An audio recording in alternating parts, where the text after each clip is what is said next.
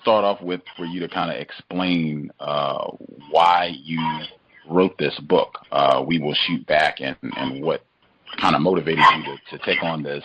And I wanted you, if you could, to kind of bring in some of the anecdotes and things that your father told you about growing up in Mississippi and your grandparents not being pacifists in the face of white supremacy, but also even kind of going back to the audio clip that I played at the beginning from the loathsome racist film Django Unchained, which is fictitious but supposed to be set in Mississippi. This segment, which I thought was one of the, in a film that is just chock full of racism, I thought that particular portion was one of the worst and most racist elements, this notion that black people are cowards and you all haven't fought back, and if it were me, I would have done such and such and such and such, and you all clearly haven't done this, so there must be something especially cowardly about black people, because I hear that all the time. Can you talk about that? Well, that's the main thing with Django Unchained. Because even in Django being presented as a heroic figure, he embraces the fact that he's one out of 1,000. He's in the minority of us who would resist it. They even show when Django escapes, the brothers are afraid to leave the cage, even though there are no longer any oppressors there to stop them from escaping. They just stay in this cage that they were being used to transport him. And that's partially, that was a part of my motivation for writing this book, because upon doing the research and hearing the stories of the massive amount of resistance by everyday people in the state of Mississippi, it's not one out of 1,000. In fact, there are hundreds of people who resisted and fought back. The people will step up with their guns to be able to fight back against white supremacists. So that's the story.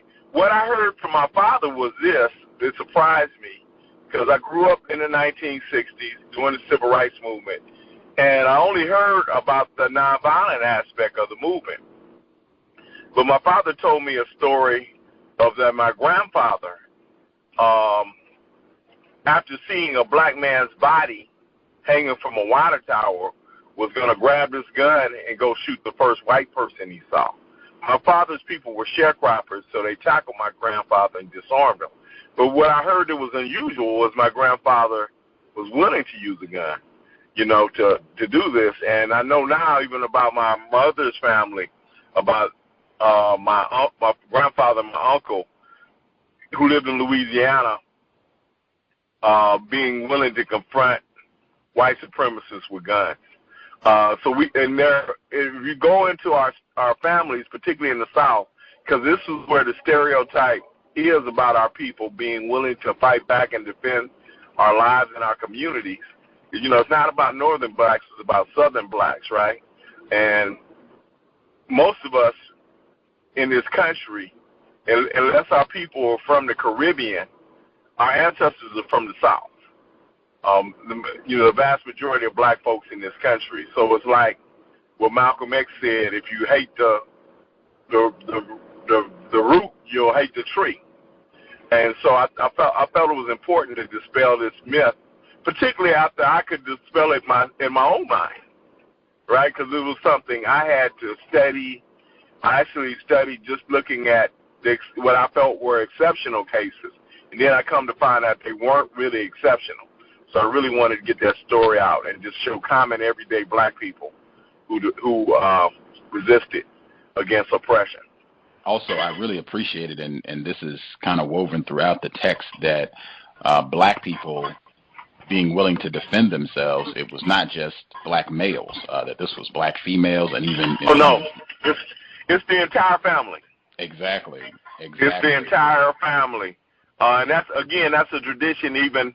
I said it really goes back to Africa and defending ourselves against slave catchers and things of that nature. It was the entire family, the entire community.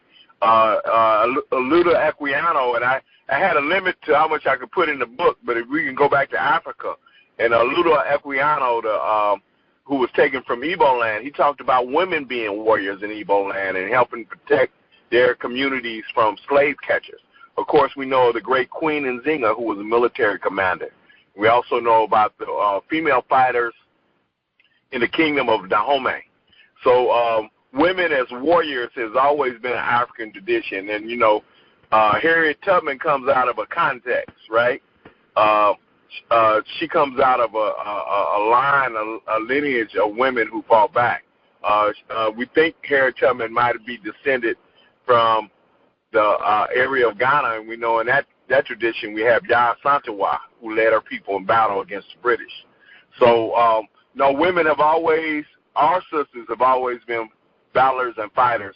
And in the book, one of my favorite stories is of a woman who was 86 years old in Tallahatchie County, Mississippi, who helped organize her community against night riders by making Molotov cocktails and then having her children as well as some of the members of the Student Nonviolent Coordinating Committee go off into the cotton fields where they could ambush the night riders who were coming into her community. So, yeah, we have a long tradition of our sisters fighting alongside of their men, as well as black youth fighting back against oppression. From Havana, Cuba, free territory of the Americas, Radio Free Dixie invites you to listen to the free voice of the South. Stay with us for music, news, and commentary by Robert F. Williams.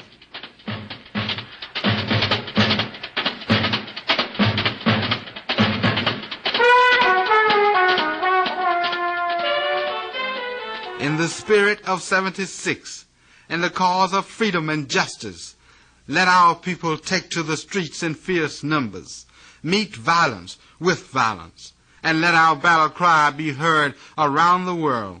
Freedom, freedom, freedom now or death. You are tuned to Radio Free Dixie, the voice of armed self-defense, broadcasting in the year of fire.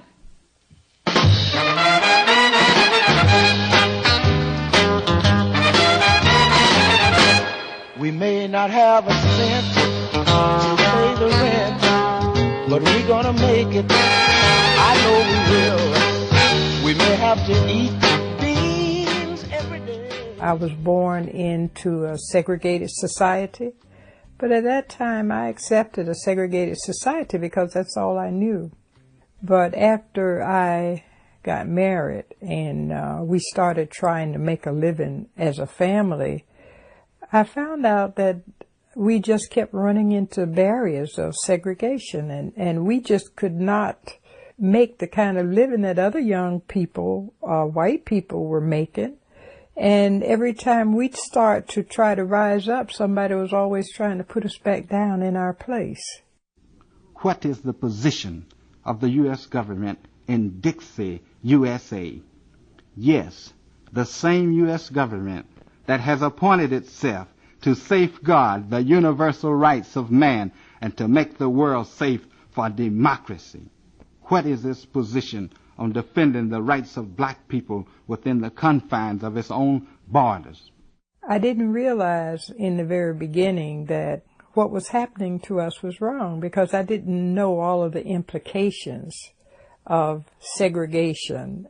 I knew there was a danger because my stepfather had a pearl-handled pistol that he kept under his pillow, and it was my job to make up his bed every morning. So I would go and get the pearl-handled pistol and put it in the linen closet every morning. I found out in hearing the older people talk, they told me to handle it, but don't ever shoot it or, you know, put my fingers on the trigger. But I found out hearing the older people talk that that gun was there because there was a threat to our lives, that possibly some night riders might come and try to do something to us in the middle of the night. So I knew that there was a danger. As long as the Afro-American relies on passive resistance, he can expect no protection from the racist U.S. government. Washington is never upset over the flow of Negro blood. This is the key to the question of why Afro-Americans have never been able to get an anti-lynch law passed. The fact of the matter is that Mr. Charlie never needed one. We lived in a section of town called Quality Hill, and we had to walk about 3 miles through the white neighborhood, through the downtown Monroe area in order to get to our school. And there was a school about 3 blocks from us. There was a white school. I never thought that I should go to it. I didn't mind walking with my black friends through the white neighborhood, through the downtown area, over across town to the segregated school. After I got married, after I had met Robert Williams, whose grandparents came out of slavery literate, and whose grandmother had taught him that he should stand up like a man, like anybody else. And I never heard these kinds of arguments in my neck of the woods, you know, because my parents were always telling us, this is the law, you abide by the law, you keep a low profile and don't make the white folks angry, because they were afraid that we would get killed. When I met Robert and we started raising a family, I realized right away that I was in a different situation. Robert was always listening to the news, and he'd talk about current events and what was going on in the world. 100 years after the Emancipation Proclamation, and 9 years after the Supreme Court decision of May 17th, Afro-Americans of Birmingham and racist Dixie are experiencing the wrath of slave masters equal only to those of South Africa. The Katherine Massey Book Club, Context of White Supremacy. The worthless Negro from Virginia, Gus T. Renegade, in for another broadcast, hopefully to share constructive information on the global system of white supremacy. Today's date, Friday, July 10, 2026. So I have been told. I'm so thankful to be done with the lion, Akinyele Umoja, and polish my crown. Remind folks, we are the Biography Kings. And I try to encourage folks to check out new material. I groused about in Shar Adams, the top 10 book or 10 books that were recommended that we read. I think about 80% of those books were published in the last century. I think the average date of publication was like 1976. Like, come on. There are lots of newer, phenomenal books. We selected one, our debut study session, for the Memoirs of Robert and Mabel Williams, African American Freedom, Armed Resistance, and International Solidarity. Edited by Dr. Akinyele Umoja, Gloria Aneb House, and the late John H. Bracey Jr. For folks who've been listening to the Cows, Dr. Umoja should be familiar, two-time guest on the Cows. We heard his 2014 visit with us, where we discussed his book, his phenomenal book, We Will Shoot Back. You see the theme in his work: black people not being cowardly, but actually be engaged constructively in counter-violence and trying from our weak and vulnerable position to do the best that we can to protect ourselves and other black people.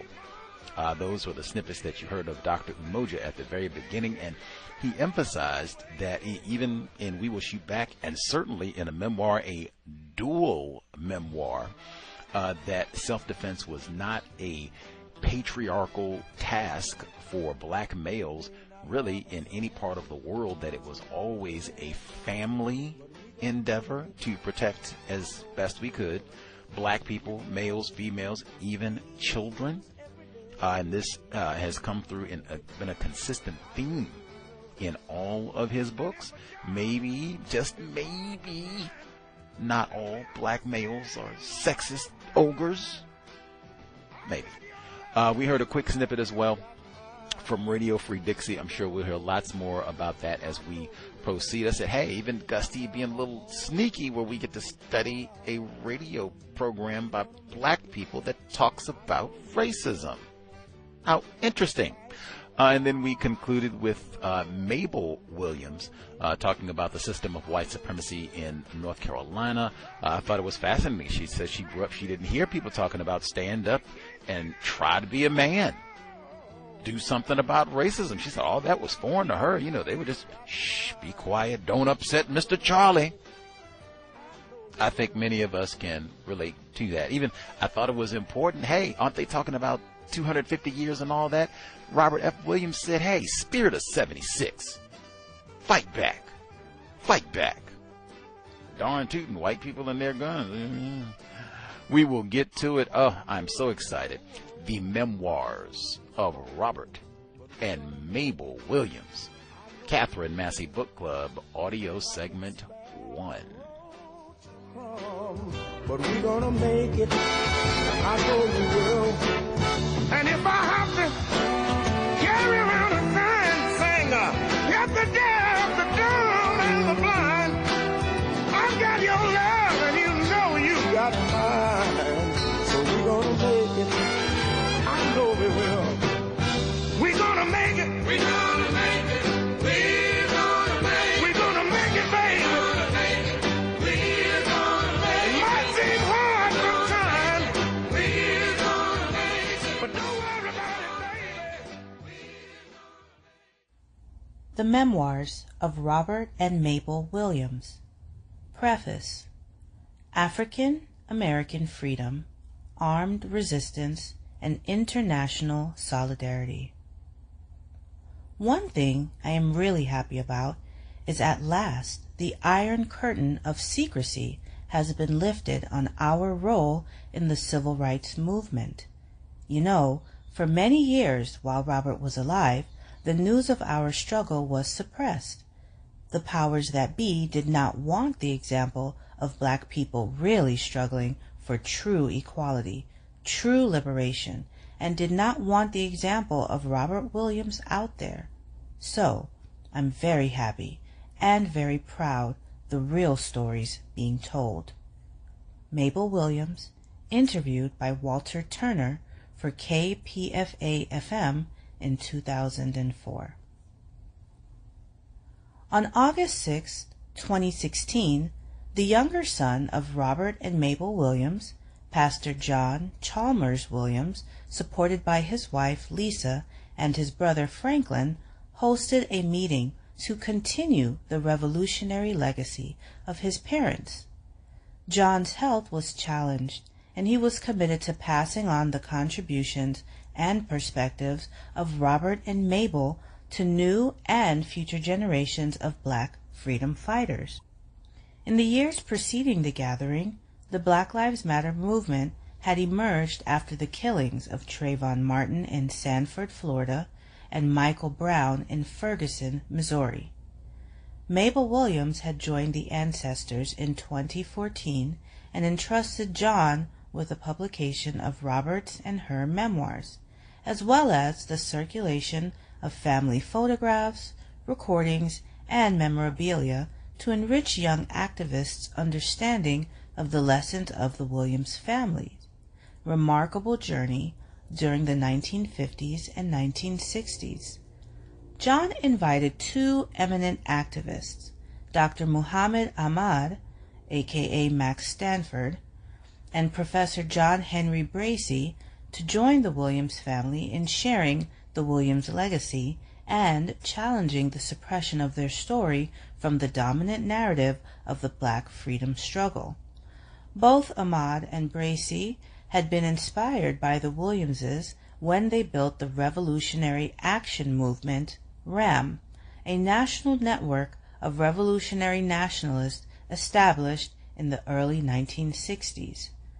Robert Williams served as the RAM International chairman while in exile in Cuba and China.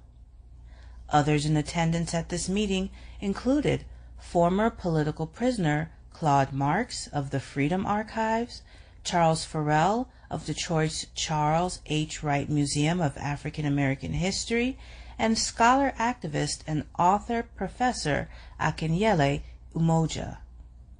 One immediate outcome that emerged from this gathering was that Massey and Umoja agreed to lead the effort to publish Robert Williams's manuscript, While God Lay Sleeping. Robert began writing his final memoir after his return to the United States from exile in 1969.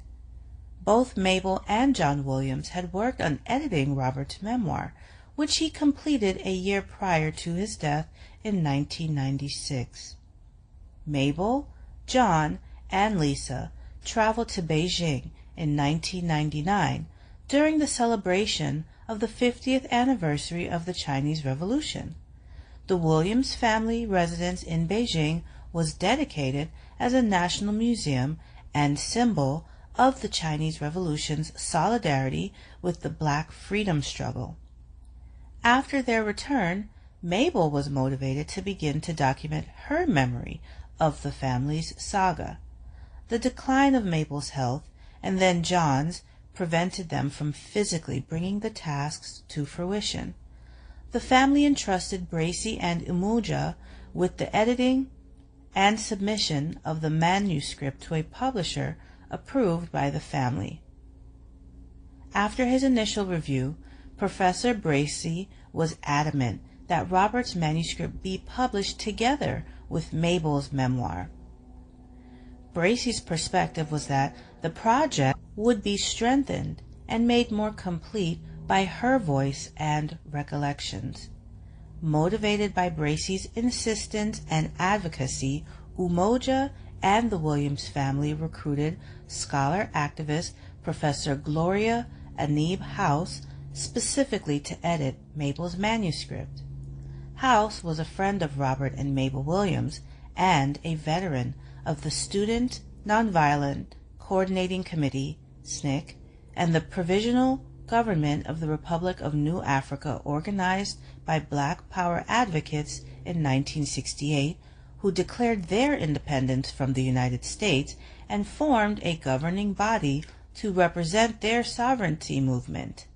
The Provisional Government of the Republic of New Africa, organized by Black Power advocates in 1968, who declared their independence from the United States and formed a governing body to represent their sovereignty movement.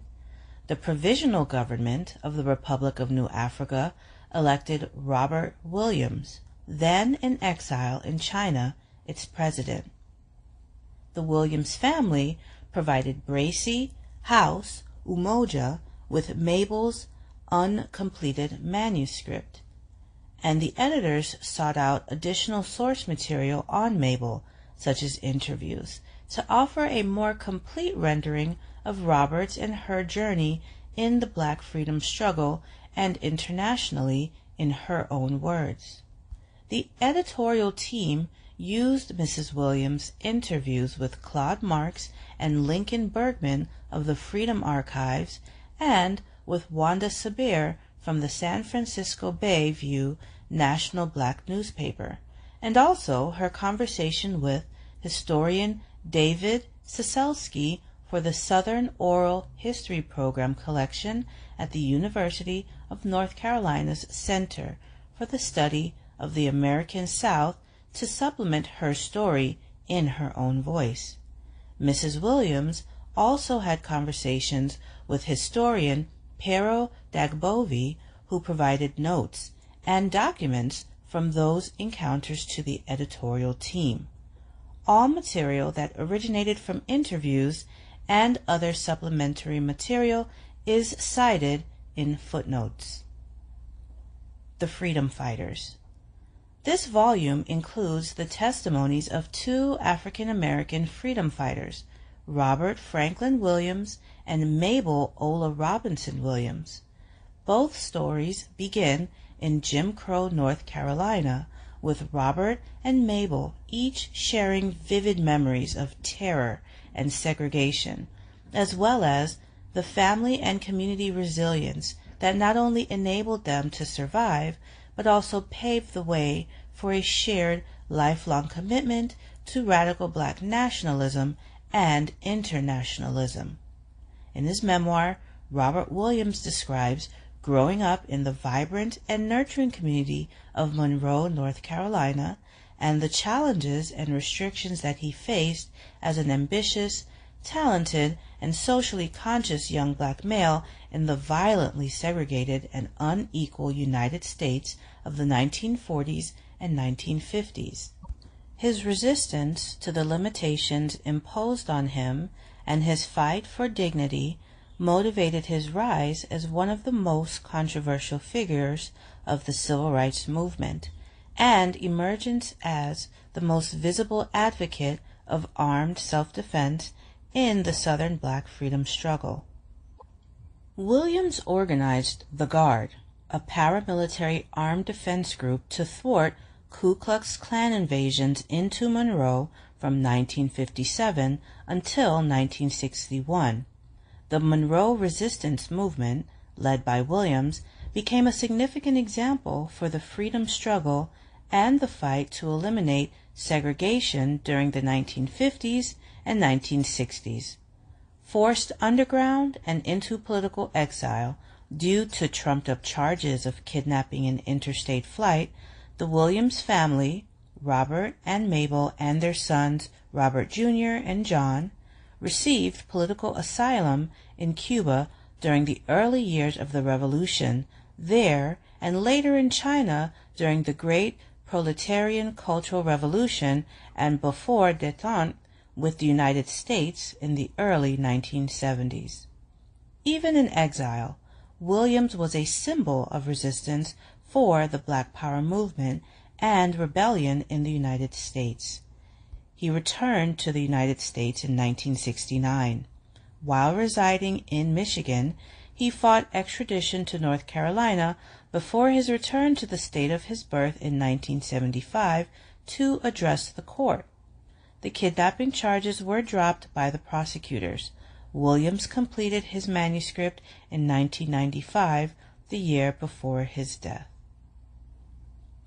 Williams' account in his memoir of activism and confrontation with Ku Klux Klan violence and white supremacy in Monroe in the late 1950s and early 1960s are particularly riveting.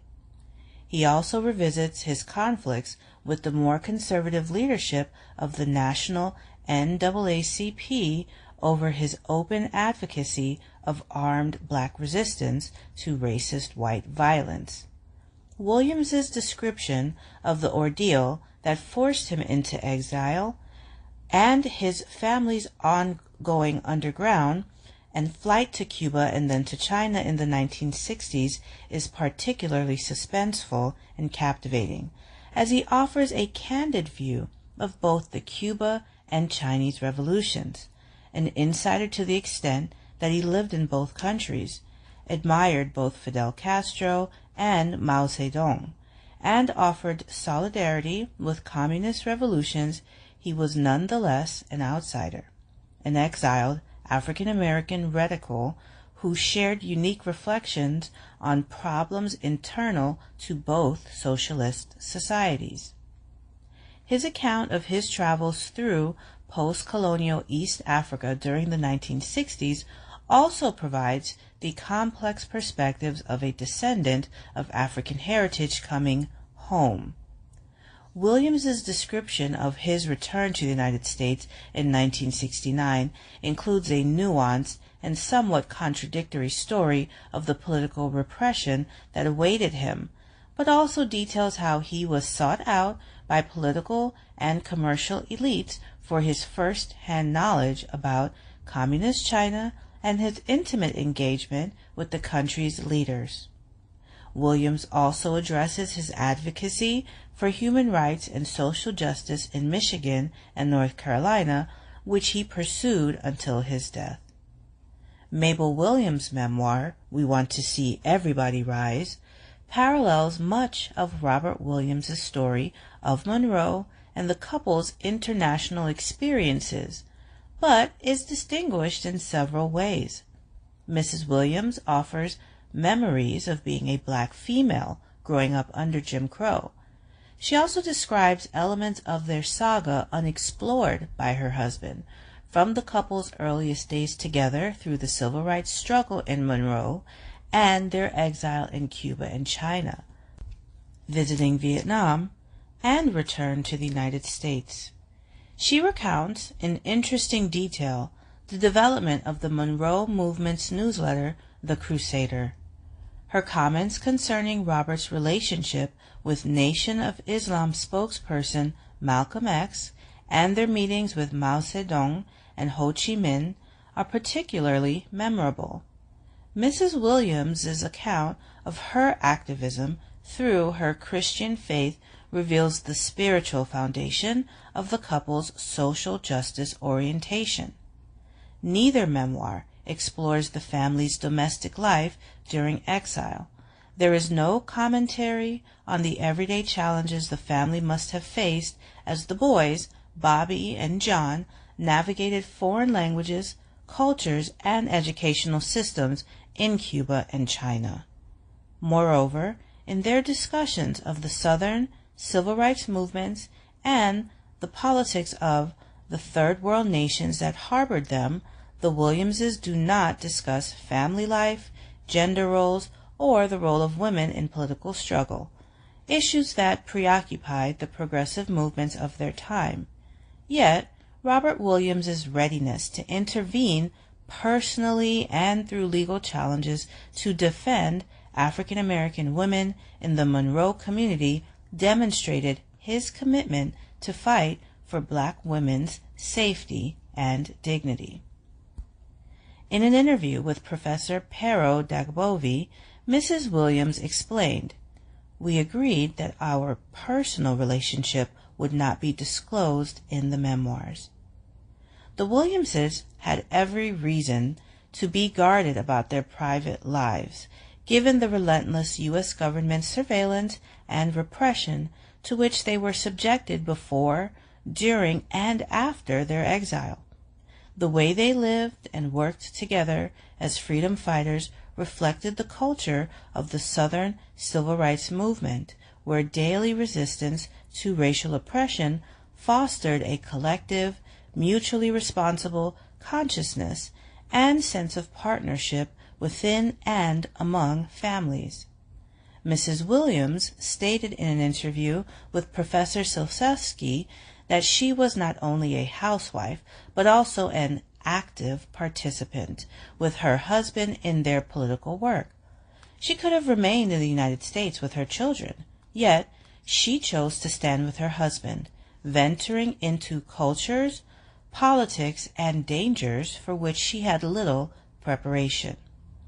The two memoirs give us the story of an extraordinary partnership in which Mrs. Williams was, in many ways, her husband's equal in revolutionary determination, bravery, and resilience. From the South to the World. The human rights struggle that Robert and Mabel Williams led in Monroe in late 1950s and early 1960s is probably best known for its advocacy of the right of black people to defend themselves from racist violence and terrorism. Robert Williams and the Monroe movement openly called for the freedom movement to meet violence with violence. Armed self-defense was certainly practiced in black communities throughout the Jim Crow South, but no other civil rights activists openly proclaimed this position and organized national and international solidarity for the resistance fight in the late 1950s and early 1960s. The efficacy and example of the Monroe movement and Williams's open advocacy of armed self-defense was embraced by grassroots black workers, students, and street forces, as well as by radical white allies, but opposed by accommodationists and mainstream civil rights activists. In Robert's hometown of Monroe, the local white power structure and white supremacists attempted to neutralize him with support of the Federal Bureau of Investigation's counterintelligence program. The Williamses were also effective in organizing a national campaign to expose the arrest, conviction, and sentencing of two African-American male children, 9-year-old James Thompson and 8-year-old David Simpson, for the crime of being kissed on the cheek by Sissy Marcus, an 8-year-old white girl. James Thompson and David Simpson were arrested and beaten by Monroe police, convicted of molestation of Sissy Marcus, and sentenced to incarceration at the state reformatory in 1958 until they reached the age of 21. Williams utilized his national network to develop a legal defense, fundraising, and a media campaign to expose this human rights violation, which led to the pardon of the two boys in 1959, a year following their conviction. Robert and Mabel Williams were extremely successful in communicating their perspectives to a national and global audience. In 1959, the Williamses and their neighbor Ethel Azalea Johnson established the Crusader, a newsletter that became the vehicle to coordinate material aid for the Monroe movement and to support the advocacy of armed self-defense. The Williamses continued to make an impact on the Black freedom struggle through the publication and distribution of The Crusader, even while in exile in Cuba and China. Robert and Mabel added another major media vehicle in Cuba, Radio Free Dixie. This radio program was produced by Robert and Mabel with support from participants in the Cuban Revolution and broadcast to the airwaves in the United States to a loyal audience from 1961 to 1965. Another fundamental aspect of the Williamses' legacy was their commitment to revolutionary solidarity and internationalism. While often describing himself as a Black nationalist and separatist, Robert Williams maintained a practice of aligning himself with socialist movements and anti-imperialist and anti-colonial national liberation struggles globally. Robert was a contributor to The Militant, the paper of the Socialist Workers' Party in the 1950s. Before his emergence to national recognition as a civil rights activist, he was an early supporter of the Cuban Revolution, exhibited by his being a founding sponsor of the Fair Play for Cuba Committee, a U.S.-based activist network in support of the Castro-led revolutionary government. Williams organized a Fair Play for Cuba delegation to visit revolutionary Cuba in 1960. The delegation included writer Leroy Jones, later known as Amiri Baraka, novelist John Oliver Killens, and historian John Henrik Clark. Williams wrote a letter to Fidel Castro in 1960 inviting the Cuban revolutionary leader to visit Monroe and, in solidarity, planted a Cuban flag in his front yard and praised the Cuban Revolution in The Crusader.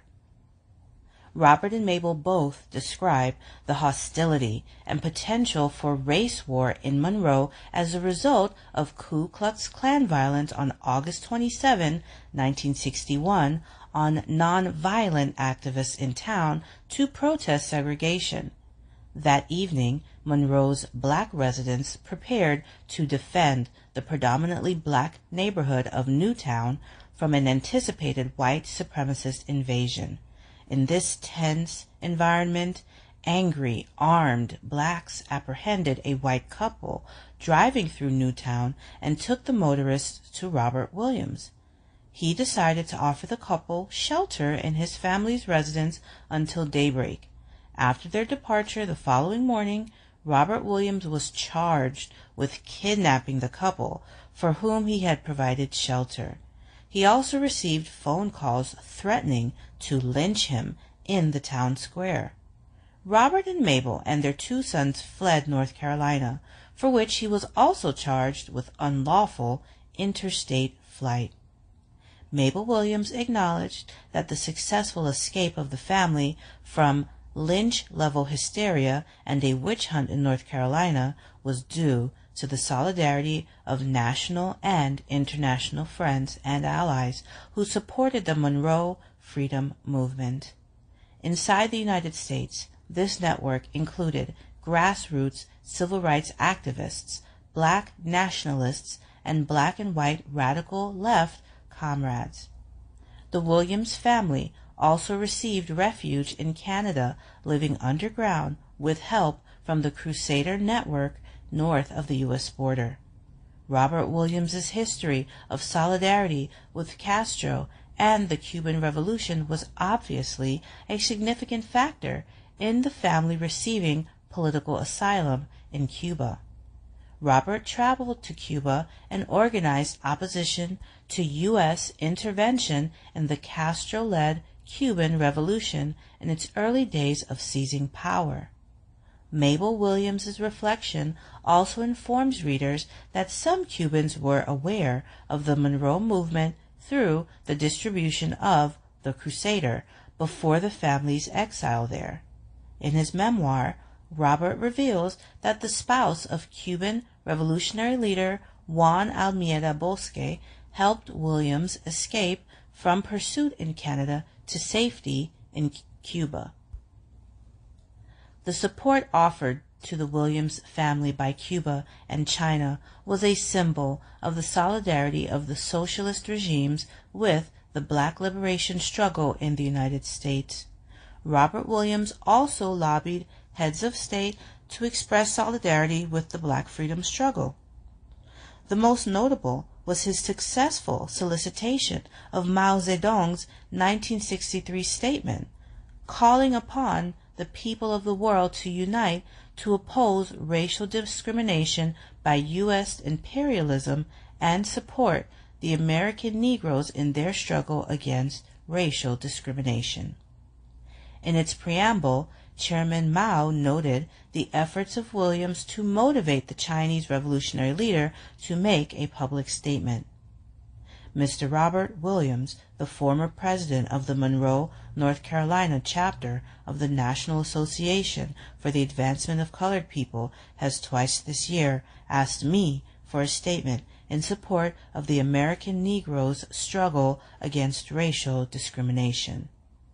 Drawing on the activist skills they had honed in Monroe, Robert and Mabel used their political asylum to lobby international arenas on behalf of the black freedom struggle around the world and to promote solidarity between pro-socialist and anti-imperialist national liberation movements and the civil rights and black power movements.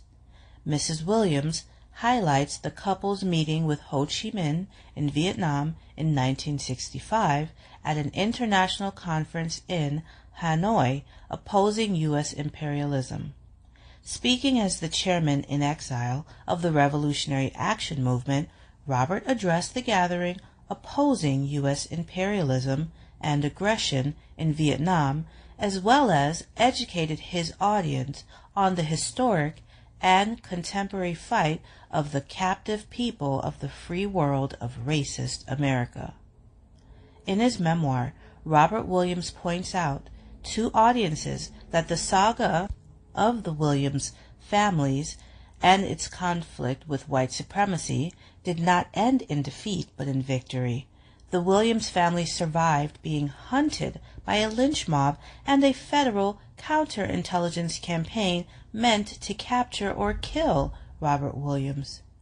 they received international support and solidarity, ultimately returning to the United States in 1969, where the trumped-up charges against Robert were finally dropped in 1975.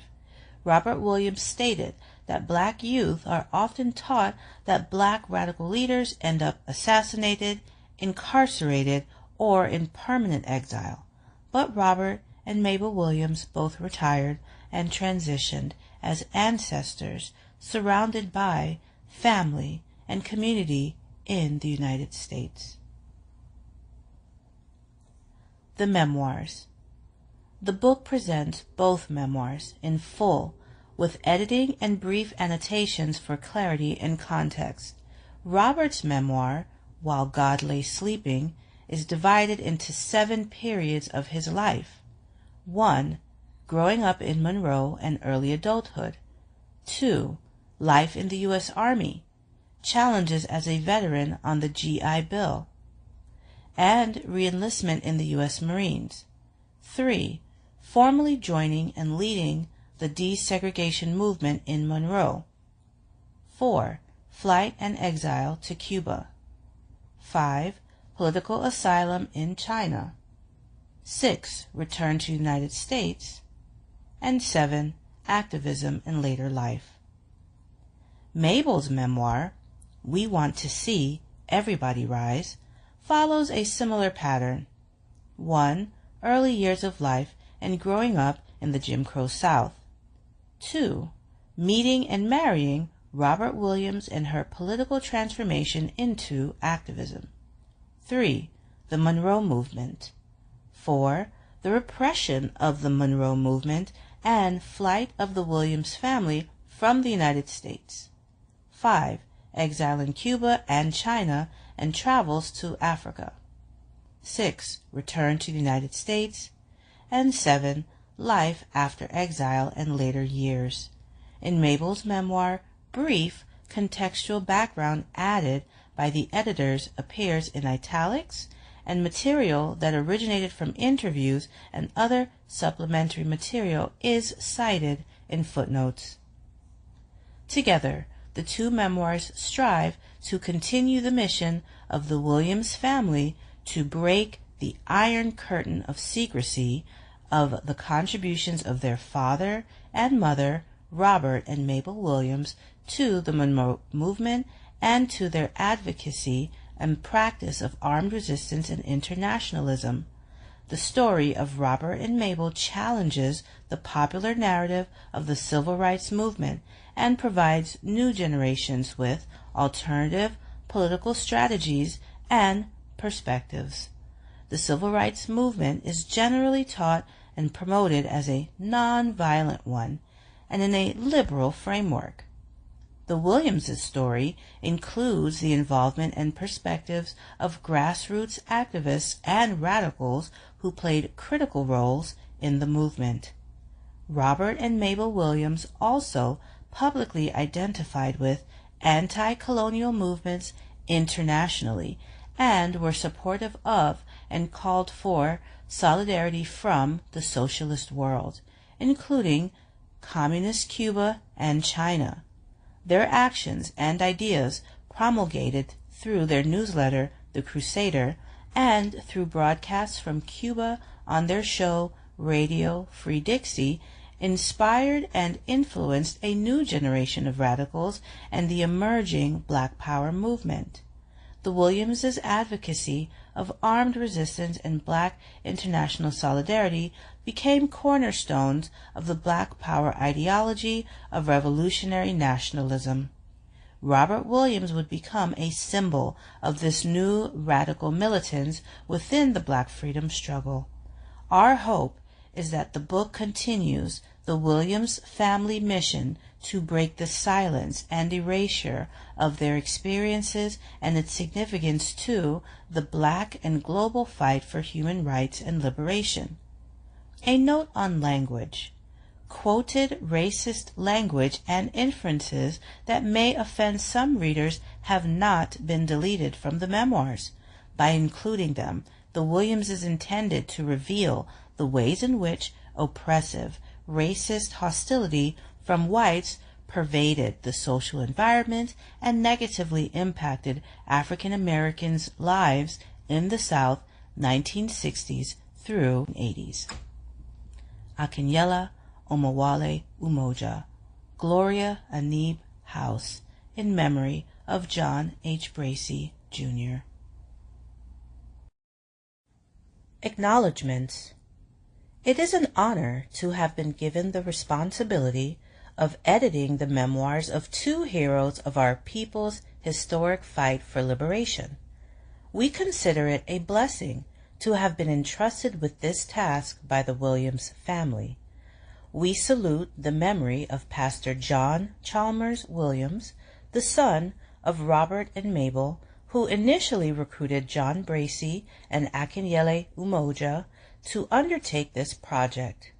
Pastor Williams stated that his intention was to share his parents' experiences and perspectives with a new generation through publication of their manuscripts. To that end, he undertook the Robert and Mabel Williams Legacy Project. Pastor Williams, a black liberation theologian in the Afro-Christian tradition, described himself as a Maoist Baptist. His own story is an important part of the Williams family saga that should be documented and shared in the future. He emphasized these essential aspects of his parents' ideology. 1. Self-defense is a deterrent to white supremacist terror. 2. Demonic forces need to know there are consequences. 3. Judgment is a spiritual principle. We need to be on the right side. 4. We don't advocate senseless and untargeted violence. God is not pleased when innocent blood is shed. 5. The focus is love of humanity. The revolutionary movement often lost sense of this focus and became reactionary. After Pastor Williams joined the Ancestors, we could not have continued this work without the assistance and encouragement of his soulmate and loving wife, Lisa, and his younger brother, Franklin. Lisa assisted us with family information and photos to complete the project. In this regard, we also appreciate the assistance provided by grassroots activist and organizer Kwasi Akwamu, who offered his expertise to prepare photos for the book. We started on this journey with the remarkable revolutionary historian Dr. John Bracy as part of the editorial collective. Dr. Bracy joined the Revolutionary Action Movement as a college student and young activist in Chicago in the early 1960s. His insight, mentorship, and leadership in this project were crucial. One aspect of Bracy's legacy to Africana studies and scholar activism was his role as an ally to black feminists and his advocacy of black women's history. From our initial meeting, Dr. Bracy insisted on the inclusion of Mabel Williams's voice. He urged publishing the two manuscripts together as the best way of telling the Williamses' story to future generations. His insistence led to the recommendation from Lisa Williams that Dr. Gloria Anib House be added to the editorial collective, given her relationship with Robert and Mabel and her history of scholar activism. Dr. Bracy joined the Ancestors on February 5, 2023. He was a co-editor of this project, and this book serves as his last publication. We are proud to have served on his team with him. The blessing and advice of Dr. Bracy's comrade and friend Dr. Muhammad Ahmed, a.k.a. Maxwell Stanford Jr., a longtime associate of the Williams family, was also essential. We must thank Professor Pero Dagbovi of Michigan State University for providing notes and materials he collected from Mabel Williams. Professor Dagbovi's gracious assistance in supplying materials and interviews collected from Mrs. Williams helped complete her manuscript. We are greatly indebted to the participation of the Freedom Archives in this project. Freedom Archives founder and co-director Claude Marks was involved in the project from the very beginning of our work. The interviews that Claude and Lincoln Bergman conducted with Mabel Williams were indispensable to the completion of her memoir. Freedom Archives' primary sources are available online, including issues of The Crusader. Those sources and the production of the audio documentary Robert F. Williams, Self-Respect, Self-Defense, and Self-Determination, 2005, were critical for increasing our knowledge of the Williams' saga. Special thanks is due to the Archives Coordinator, Nathaniel Moore, for his assistance and contributions. We are also thankful to journalist and artist Wanda Sabir for her 2004 interview with Mabel Williams, published in the San Francisco Bay View National Black newspaper, and to historian David Ciesielski for his 1999 interview with Mrs. Williams, found in the Southern Oral History Program collection of the Center for the Study of the American South at the University of North Carolina at Chapel Hill. Finally, we wish to express our appreciation to Debbie Gershenowitz for her excellent guidance and collegiality throughout the University of North Carolina Press production process. We pray that Pastor Williams and his family, as well as their many friends and fellow movement activists, will be pleased with the efforts we have made to fulfill this legacy mission. Akinyele Umoja, Gloria Anib House. The Memoirs of Robert and Mabel Williams. Part 1. While God Lay Sleeping, Robert F. Williams. Chapter 1. While God Lay Sleeping. It was a hot and sultry autumn. Autumn in North Carolina can sometimes emit heat like a furnace. The little town of Monroe, where I was born, was loyal to its Southern traditions in almost every aspect. It was predominantly white, Protestant, and racist. It was so reactionary that when a Catholic priest appeared on the scene, seeking converts to establish a church, local bigots who met him on Main Street spat in his face. They told him that his kind was not wanted there, and that the wages he paid his nigger cook would spoil all the niggers in the town. The racists were horrified by rumors passed that the newly arrived Catholics were having small groups of blacks and whites meeting together. It was Friday, and exceptionally humid. For as long as I could remember, Friday was a day that had special meaning in our house. Aside from signaling the end of the week, there was a certain heightened atmosphere, spawned from the realization that the rigors of the week had all but passed. It was a time of approaching leisure and rest. The souls of black people belonged to the insensate white bosses during the week, but the weekend, in a limited way, offered a fellowship of respite from a communion of dismal bondage. In our house, which stood on the crest of one of Boyt Street's many dusty hills, Friday was a day when everything accommodated prayer meeting.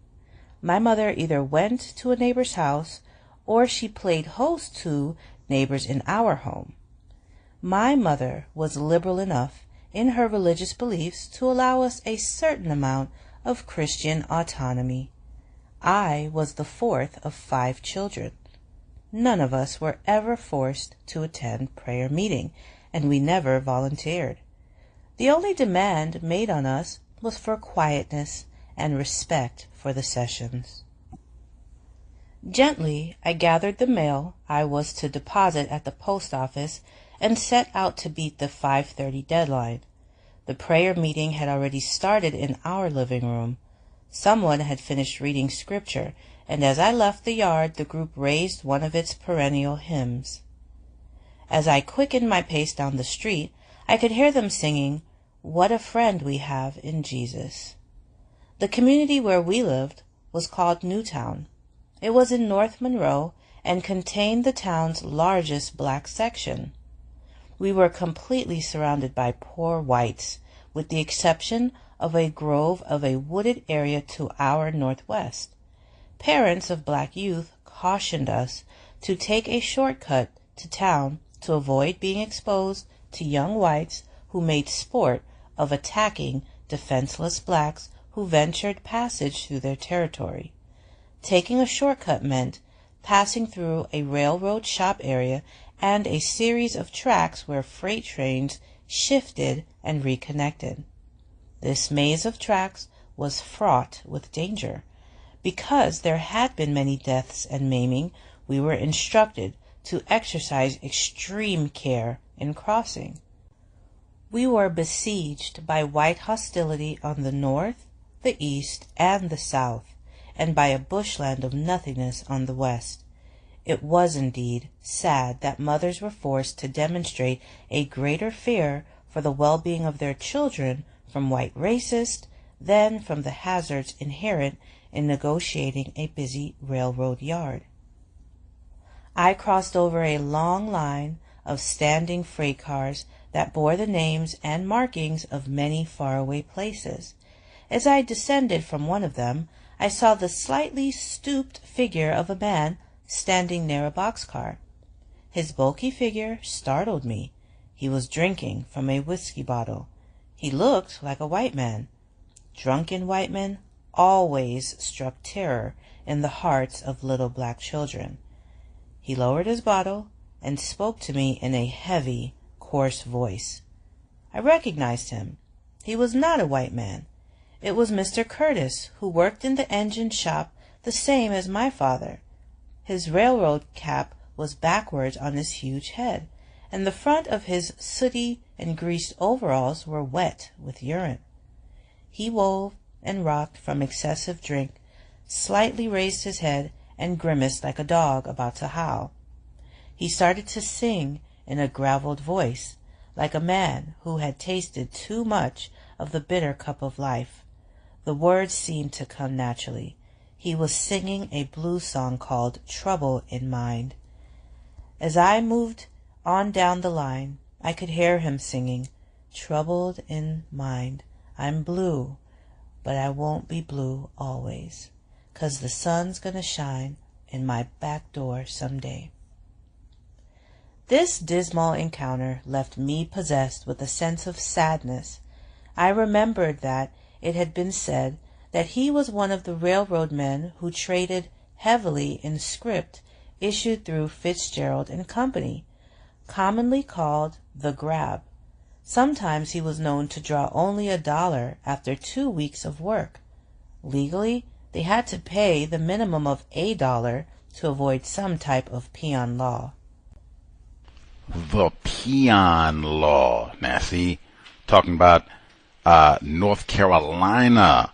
We had just talked about that. Earl Swift, white man, was a guest on the program. We were talking about debt peonage in Georgia, where they were killing black dudes. They go and arrest them. They make up some old lame lies and charges. Say, oh yeah, we got to arrest you because you were reckless eyeballing, or you stole some of the grass off the ground. But yeah, well, you did. We got to arrest you. You got 50 years. And they come and make you work for some white person, slavery, for who knows, ever maybe. And then they kill you, or both.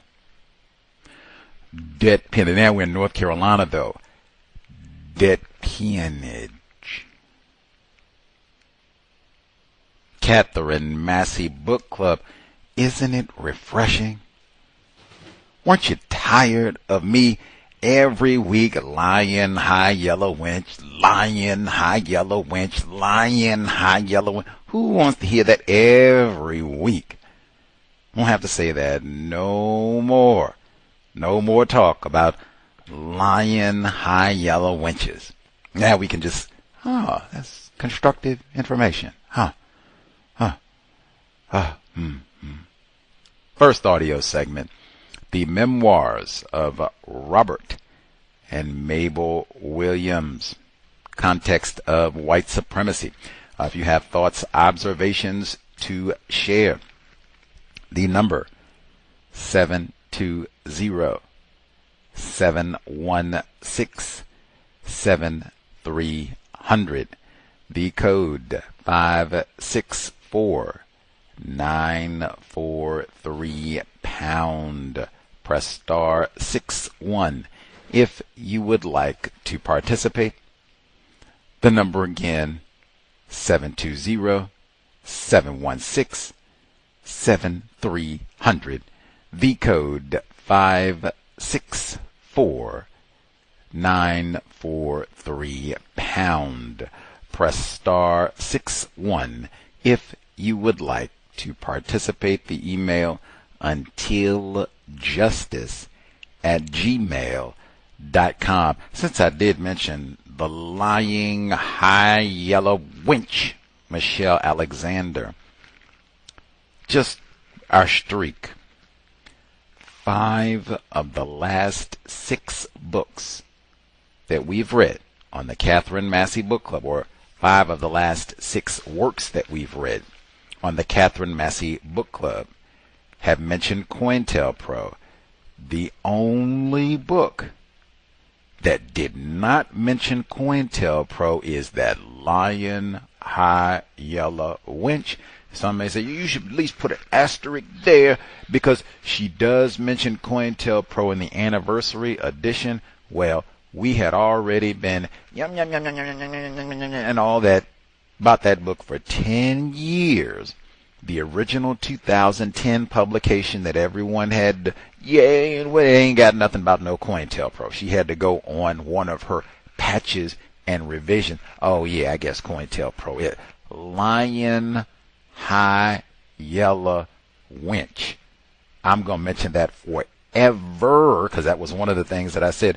That's why. Second worst book I've ever read.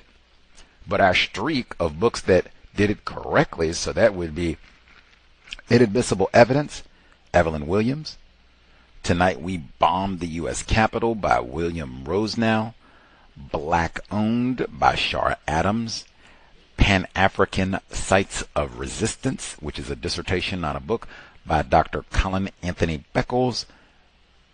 The second worst book ever, no COINTELPRO. And now the memoirs of Robert and Mabel Williams.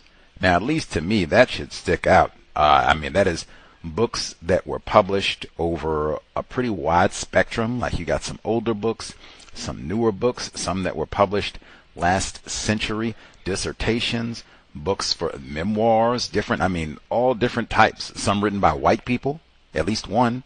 The rest of them written by black people, male authors, female authors. COINTELPRO seems to be, and particularly a lot of these people are talking about arrests and black people having problems with the police. Gotta talk about COINTELPRO for at least a little bit, if that's going to be the subject matter, racism and police. COINTELPRO might be relevant. Not for lying high yellow winch. Okay. Our book for today, let's see. I'll get our emails and then some of the callers. I always love reading memoirs just because, man, that there have been so many black people, victims of white supremacy, talk honestly about the racism that they've experienced, maybe even some of the ways that they've attempted to fight against that racism over the years. Big fan. And dang, if I'm just taking examples. If Mr. Fuller had written an autobiography, wouldn't you read it today? Real talk, wouldn't you turn the TV off for a little while to read a teaspoon of it? Same thing for Dr. Welsing. I'm sure there are a lot, because there's so many black people. I'm sure Robert F. Williams had to inspire some folks. We talk about guns all the time. I was super excited to read this. Super excited. In fact, I'll even take 30 seconds. Some of you know count. You're not as bad as High Yellow Lion, High Yellow Michelle, but you are close in Gus T's book. We still have no counts who are being discourteous. You're not being scientific. You're not following counter-racism as outlined by Neely Fuller Jr. And again, I relate this to you all's conduct. You all are also being hypocrites. Now, I've seen this directly. When I go and say, come and try and kick chitlins off your plate, we don't need to eat Snicker bars. Put that mad dog down. And, hey, you don't tell me what to do. Hey, Chuck. You don't come and give me no suggestion. Get away from my chitlins. That's how you all behave. I've seen this for years. So I don't say nothing. Eat all your chitlins. Do it up. I've said consistently, you pretend literate, non-literate, semi-literate, illiterates who raved and loved and celebrated Michelle Alexander, I do not need your help picking a book. Illustration. What are we reading today? None of you all suggest. I suspect most of you all didn't even know this book existed. Published in 2025. Because I get the impression most of us do not look for new books on racism. Why do I need your help? I don't. Beat it. I have absolute contempt for your suggestions. I say again, I got it. I don't know why you all have such a hard time accept. It's almost like you are offended. Nick, we don't want. No, I don't care what you. And matter of fact, if you really are that serious about it, read it yourself and send us a summary. I've said that for years. No one ever takes me up on it. They just do the same lame, cowardly, discourteous behavior. Hey, brother, I got a suggestion for the book club. Beat it. Beat it. Beat it. Pretending. Probably in some of this, I have extra contempt because most of you are too lazy to read the book on your own. Dumping on the book club. They're reading now halfway listen. Get out of here. That's it. You get one of those every time you all send in that nonsense, and you get blocked like I'm not even interested in talking to you because you're being discourteous. I don't need your help picking no book. I do appreciate the assistance. Narration. There's so many books because this is a really new book. The audio book does not exist yet. Hopefully they'll make that too. But man, gratitude, kudos to our listener investing her vocal talents and time and energy in the hot summer heat to narrate the memoir. Love it. Because, I mean, I guess I could have used the AI, but always great to have a human voice reading, and especially it'll be nice we get to Mabel Williams section, so it'll be a black female reading a black female's memoir. Love it, but much appreciation for taking the time. And Gus T doesn't have to read as well. I can just sit back and narrate and enjoy. Alrighty, let's see. Caller who dialed in 5962.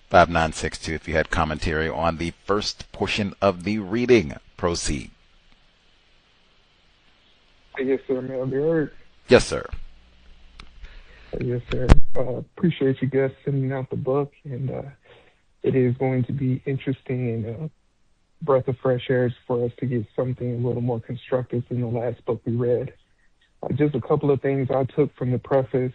I'm always interested in hearing about armed resistance. I know a lot of times black people are kind of labeled as meek or mild or feeble, and that we're not able or willing to fight back when it comes to the system of racism, white supremacy.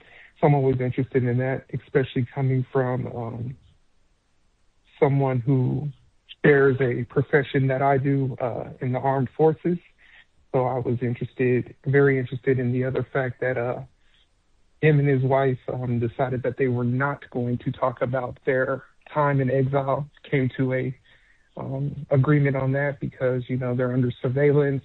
There may be other black people attempting to do the same thing they're doing, or that at the bare minimum, there's already black people over there doing that, and they don't want them to be able to key in on what's going on with them over there. And then the other thing I took from the preface is, I'm sure the book will get into it, but the peril of trying to be helpful two white people and that fleeing couple from the KKK that they got labeled as a kidnapper trying to harbor. And that's all I've got so far. Fascinating. I guess one had viewed Dr. Umoja, one of the co-editors for this work. Have you read his book, We Will Shoot Back? That's fantastic work on armed resistance, way better than Lion Michelle. No, sir, I have not read that book. I have heard of it, though. Right on. That might be, if that's an area that you're interested in, might be something to check out at minimum. He did write this one, so if you appreciate this one, Dr. Umoja's We Will Shoot Back, and it's in the archives. Folks can check it out. Matter of fact, he was here twice. We talked about that book twice, and we hardly ever do that, but he did come back again because a lot of it is, well, it's focused on Mississippi, but specifically Jackson, part of Mississippi. A lot is a big factor in that book, and we came back to that text during the Jackson water crisis, which is ongoing. Black people struggling to get basic water. And I thought, oh man, that's important to remember. This is where they ran the Negroes over with a tank twice, and where they assassinated Medgar Evers. That was the context of us having him back on to discuss his book in the, oh, now the same black people don't have no way. In fact, I said then, people were talking about black people and armed resistance. I said, dang, it is going to be really hard to have armed Negro resistance. We don't even have no water. We can't even flush it's summertime in Mississippi. Before we even get to flush the toilet, which is important, it's summertime now. I think we had him on and talked to him in like autumn, winter, when it was cold. Now, I don't even want to look at what the temperature is in extreme heat Mississippi and think, ooh, water might be suspect. What? And as my memory recalls, some facilities, if it ain't no water, ain't no air conditioning. Magnolia State, indeed. This is North Carolina, just saying. Much obliged, good sir.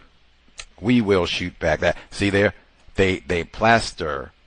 If my memory recalls, he said, our caller, he did get Michelle Alexander's New Jim Crow. Not that he was going out to get it, but they had a big display and ooh, all lit up and buy this, best book ever. Like, oh, New Jim Crow, check that out.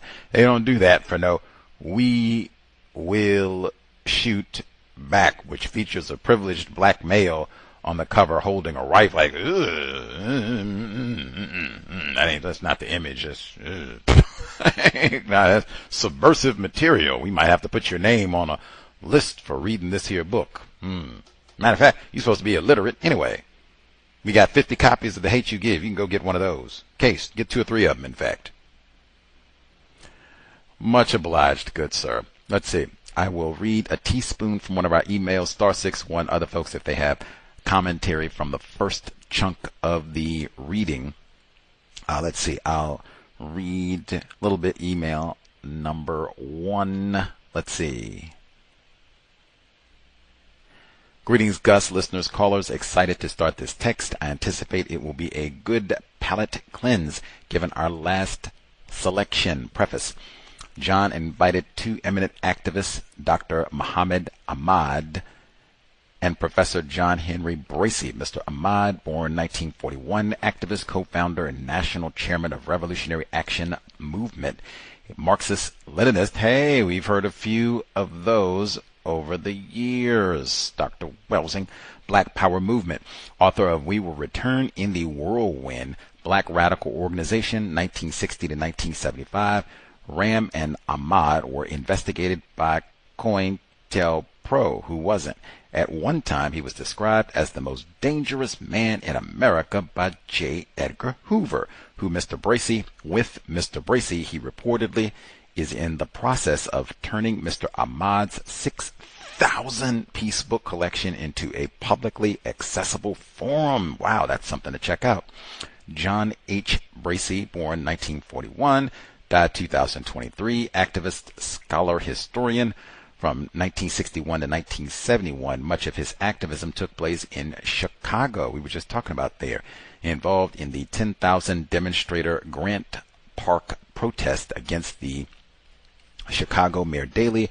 Grant Park is where President Obama held his rally after winning the 2008 election. He was targeted by the Chicago police, but was reportedly protected by the black Chicago policemen, escorting him and warning him through intel. He eventually became a professor of African American Studies at the University of Massachusetts Amherst. 2. Mabel and John, Beijing 1999 celebration, Chinese Revolution. Residents in China made a national museum. They have an understanding that the system of racism, white supremacy is a global phenomenon. The Freedom Fighters. Robert Williams, Monroe, North Carolina. The city is near Charlotte, North Carolina. The Williams family, political asylum in Cuba, later in China. See the Cows Book Club, Inadmissible Evidence by Evelyn Williams. We even had a guest on the program from Puerto Rico, not Cuba, not quite the same island, Puerto Rico, but all of that connected to Assata Shakur and William Rosenau's work, COINTELPRO.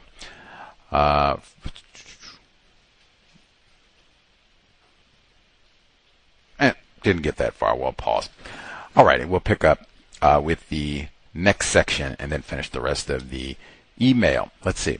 Nab some of the other folks who dialed in with commentary, and then I'll give my thoughts. *61, other folks, if you have a thought or two on the text. Our caller 2899. 2899. If you have commentary.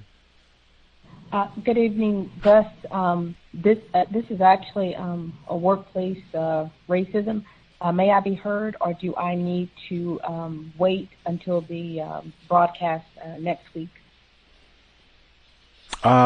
Yes. Let's wait. I totally just mismatched the number. Yes, if we could pause on that. Very important. But yes, this is Book Club Day. Get our days mixed up. Book Club Day. Either you could call in tomorrow. We could take that Saturday. We could for sure take that Saturday. I'll be looking out if you want to dial in Saturday. And yes, we can, if you want to go immediately as soon as we finish with the news clips, I'll be looking out on the switchboard. So bingo, we could do that tomorrow if that'll work. Yes, that will work. Thank you, Gus. Yes, ma'am. Neutralizing workplace racism every Thursday is very dear to my heart. Always important to try to help out with non-white people, victims of racism, having problems in Area 8. But every Thursday, 8 p.m. Eastern, 5 p.m. Pacific, every Thursday, neutralizing workplace racism. And then Saturdays, for sure. Told folks that's where it used to be. Saturdays, so always welcome on a Saturday. We'll be here same time, 8 p.m. Eastern, 5 p.m. Pacific. Tomorrow, folks can dial in. If you have something related to the job, let us know, and or tips, suggestions to share. Certainly for workplace violence, man, we've been talking about that forever. So tomorrow we'll be ready to roll. Let's see, back to the book. Plus my little pecan-sized brain can only take so much. Got to be focused. Let's see. All right, so I did our email. Bang. Do my notes. That's what I was doing. My notes on the first portion of the. Again, this just came out like 2025. That's why I say we should all get at least one book published the current calendar year, non-fiction, and do some reading, studying, and if it's constructive, share. Let other victims know. Like, man, any reason to put that television on pause, turn it off maybe for a while, so we're not. Netflix will be there. They got all the on demand. You're not gonna miss anything. You'll be able to resume and pick up right where everything left off at. So just pause it for a little while. Get away from that screen, do some reading, thinking about what you, maybe even researching what you've read. This would be a great one because you can go, there's so many, newspaper articles. People have talked about Robert F. Williams. There are documentaries, so you can go see what these people look like. That kissing case got so much attention. I'm sure they'll go into more detail about that. The so-called riot, they'll go into more detail about that, but they have documentaries and such about all this. I mean, particularly if you reside in or have like attempted family. They live in North Carolina, that sort of thing. You've ever lived in North Carolina, traveled through North Carolina, interested in having a serious understanding of the system of white supremacy, this would be a great book. I mean, and even just what the caller said in terms of why, first caller, where he said, hey, I'm interested, love studying, learning about armed resistance and just black people not being cowards and chumps. We're going to fight back. That's exactly why I started with that segment. Dr. Umoja, when he was with us in 2014, his first visit, we talked about that book, We Will Shoot Back. He said that is exactly why I wrote my book. And that was like that's like the first 10 minutes of the interview. That's one of the very first questions I asked him. Is there a system of white? Are you a black male? Yep. System of white supremacy? Yep. Why'd you write this book? Man, I was so sick of people saying black people are cowards and chumps and lames and we don't fight. So that I think was literally like the third question. But I have heard that for years from black people, and I concluded a long time, even before I started, say, oh wow, we are semi-literate, non-literate, pretend literate, and all the rest of it, because there are lots of books, many of them written by white people, but hey, not all, because we got Dr. Umoja in there 2 times.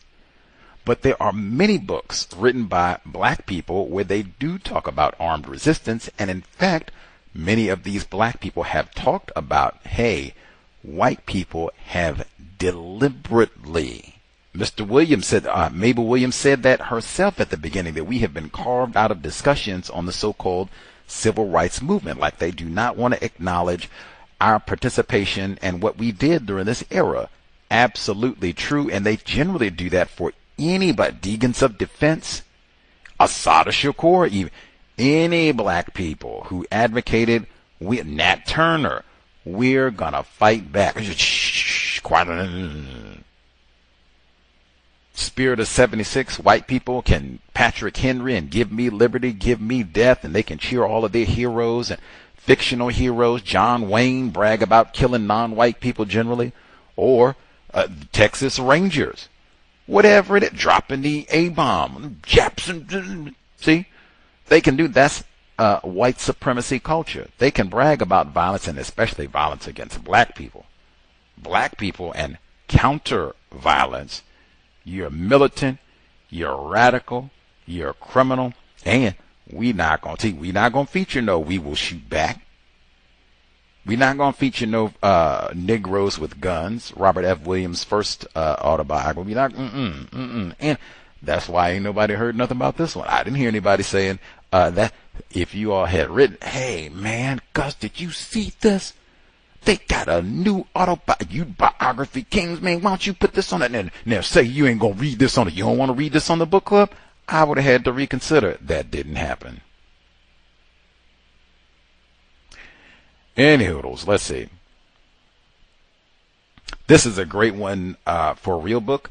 One of the many times I've said having an actual textbook, ebook, or the print version far superior to an audiobook for many reasons, but just for one that's an obvious one, at least it should be, at least at this point in technology. Maybe they'll correct this sooner than later, but at least at this point, audiobooks ain't got no pictures.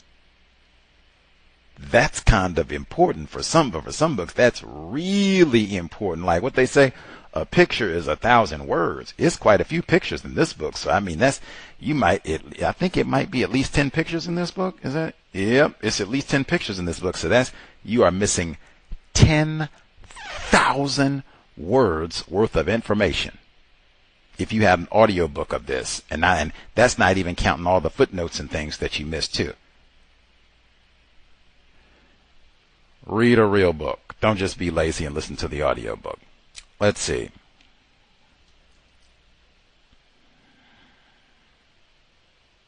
I'm curious, and that's what I mean about the footnotes, to get a little bit more information about the Revolutionary Action Movement, RAM. Dr. Umoja wrote a chapter or an article, From One Generation to the Next, Armed Self-Defense, Revolutionary Nationalism, and the Southern Black Freedom Struggle. This is published in the fall of 2013. It's about 20 pages. That's another type of thing. They have articles like this that a lot of us probably don't know about. I just learned about it myself, but because we don't read, and particularly we don't read, and then it seems like the few of us who do read, a lot of us, we do audiobooks, they don't have all the footnotes and endnotes in there. We're not critical readers. We're not going to go and, who, what? So I can be more informed so you can easily refute that nonsense. I mean, if you're just going to be limp noodle, Michelle Alexander's the greatest book ever. Oh, man. Django is, oh, yeah, we fought back. You saw Django. He put on Leonardo DiCaprio. Man. White people will continue to stomp on us. We need some counter-racist scholars, like, for real. Because it ended up being that you have mostly white people reading the work by Dr. Umoja. Not all. I did read We Will Shoot Back, and I know a lot of other black people did. Well, I won't say a lot, but I know other black people did. But, let's see. And Dr. Umoja, he is not Akinyele. Got 2 black parents. Let's see.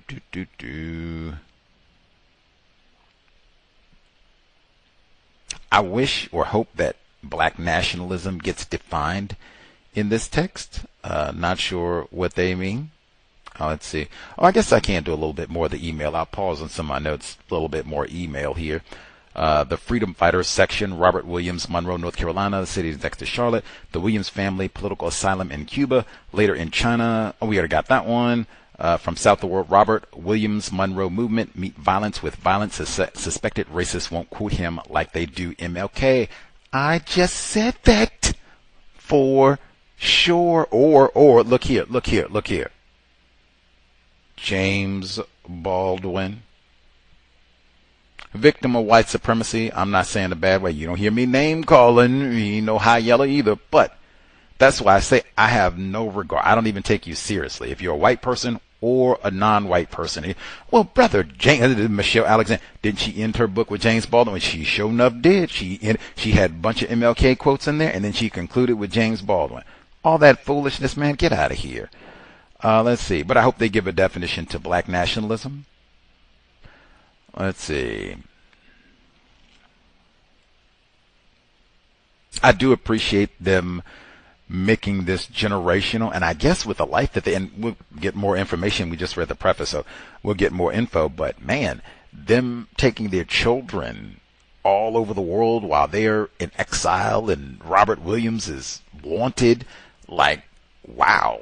That is an education as a child. I mean, linguistically, you're around people speaking Espanol, and then you go to Vietnam, and we met Ho Chi Minh. Like, wow, you should be an A+ geography student, A+ in English, just because your linguistic skills are going to be I would think, way better than the rest of us. We just been sitting around watching TV. You've been having to listen to people and newspapers in Spanish and Vietnamese and everywhere else. That, like, wow, that is very impressive. Chinese, very impressive. Very impressive. But making it generational, all of that, you would have to talk to your children about racism. Why are we in Vietnam? And what is going on here? System of White Supremacy. We were trying to stop the racist crackers in North Carolina from killing us, and we used arms, and they didn't like that, and they were going to arrest us, and, you know, got to talk to your children about racism, and then children end up wanting to replace white supremacy with justice and to protect what their parents tried to do to counter racism. Like, brilliant. We should all be doing that. Let's see.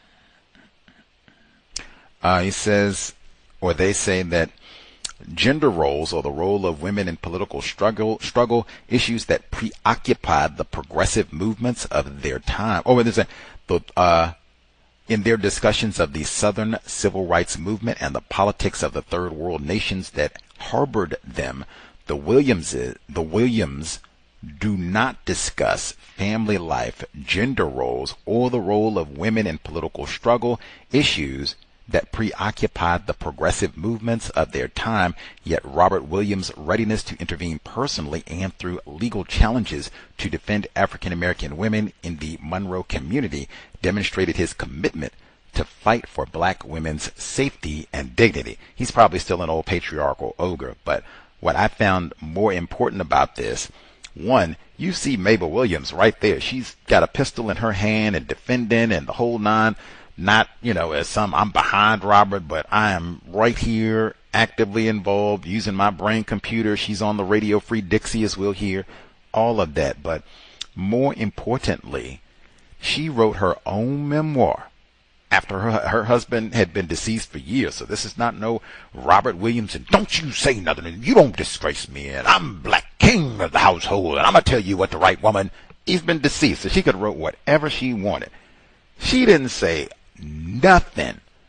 We got these old ogre black dudes telling us we can't be involved and can't think She didn't say nothing about that. She didn't say nothing about that. Come on, and a contemporary. She lived right through there. We had the white female author of the autobiography of Anne Braden's book on our broadcast some years ago, and she put that in her memoir or in her biography that the so-called feminist movement, that came up at the exact time black people were getting serious and talking about black power, all the rest of it. Let's deal with racism, white supremacy, replace it with justice, derail all that with, hey, we got gay rights and sexual liberation and drugs and the feminist movement and all this, and now we're not talking about system of white supremacy. We're talking about all this other stuff. We got isms. It's not just racism, that sort of thing. Let's see. Mrs. Williams stated in an interview with Professor Solesky, that she was not only a housewife but an active participant with her husband in their political work, and all the evidence bears that out for the duration of their lives. I think when Robert F. Williams was booted out of the NAACP later on, she took his place as president. Who's going to do that? Whoa. I'm a man. I run this. I'm a black man. You don't run nothing. Sit down, woman. I run it. Come on. Let's see. From the South to the World, says the efficacy and example of the Monroe movement and Williams' open advocacy of armed self-defense was embraced by grassroots black workers, students, and street forces, as well as by radical white allies. What? I guess, hey, we're in the preface, so that'll be coming up. But not all white people is racist. In Robert's hometown of Monroe, the local white power structure and white supremacists attempted to neutralize him with support of the Federal Bureau of Investigation's counterintelligence program. I was looking for before the broadcast today, and the University of Washington's library, they have a number of FBI files on Robert F. Williams, like pages and pages, but many of them are heavily redacted, so it's hard to really, assess everything. But Dr. Welsing had a file since she was 19. They had been watching Dr. Welsing from 1954. So absolutely they would have had a file on Robert F. Williams, and he was in the NAACP, where they had Joel Spingarn and military spies looking at everybody. So I'm sure he had a file at least from 58, 57, maybe even before then. And then he left the country too. So that's probably a CIA file, Secret Service, State Department, all of that. Probably some more government agencies as well. And then the North Carolina Monroe police, I'm sure they got their own surveillance files and such on him as well. But look, that's what I was saying about. So you have micro system where individual white people can conspire to see if they can get you fired, or maybe they mess you over at the bank so they can foreclose on your house. Then you have the macro Voltron of white supremacy racism, where the FBI, they can coordinate with the CIA and the local police departments in North Carolina, maybe even the state police in North Carolina, and bam, we surveil, or we can get you killed, arrested, whatever. System. Let's see. And that's another one. If you don't really read any books, I don't think you would have an appreciation for that level of system and the spine. When people talk about racism and they get into all this goofiness that black people haven't fought back, well, if you got this level of counterintelligence operation targeting you, and even targeting people who are not Robert F. Williams, just targeting black people in general, as Dr. Kenneth O'Reilly told us, if you don't read, you are going to be ignorant about all of that. Your foundation in thinking about this is going to be based on Django, which is generally about the size of things, worthy of great pity. Let's see.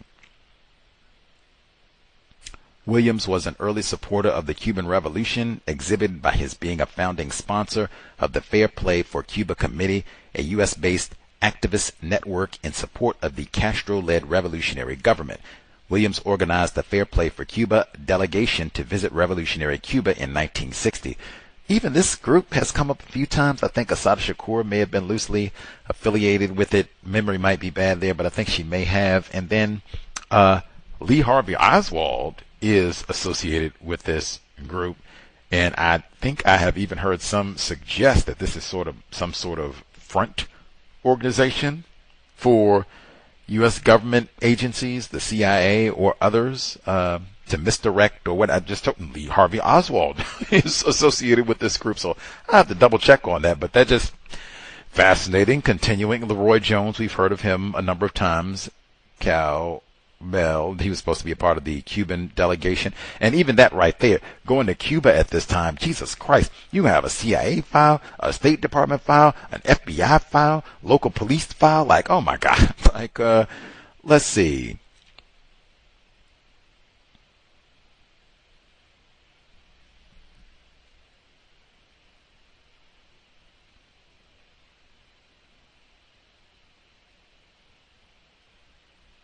He asks Mao Zedong to speak out against racism against black people.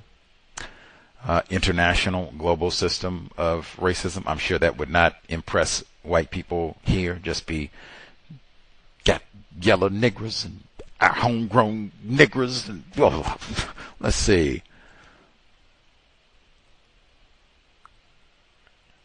I guess as we read these dual memoirs, we can note, like, what are the differences between the two? What are things that Mabel talks about that Robert does not talk about, vice versa?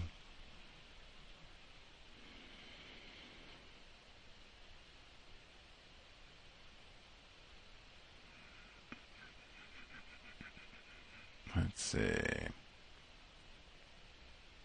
From the acknowledgments, they salute the memory of Pastor John Chalmers Williams, son of Robert and Mabel.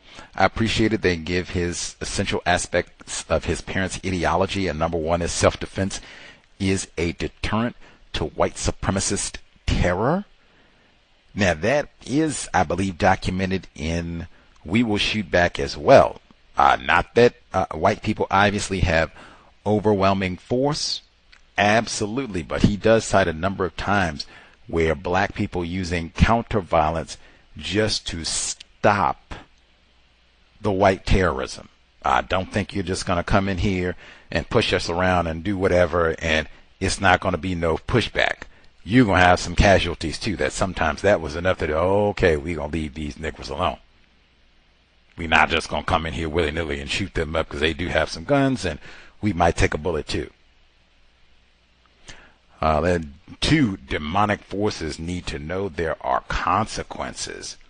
Wow. Like, wow. I do not hear white people, racists, referred to as a demonic force very often. That, wow. I agree. Let's see.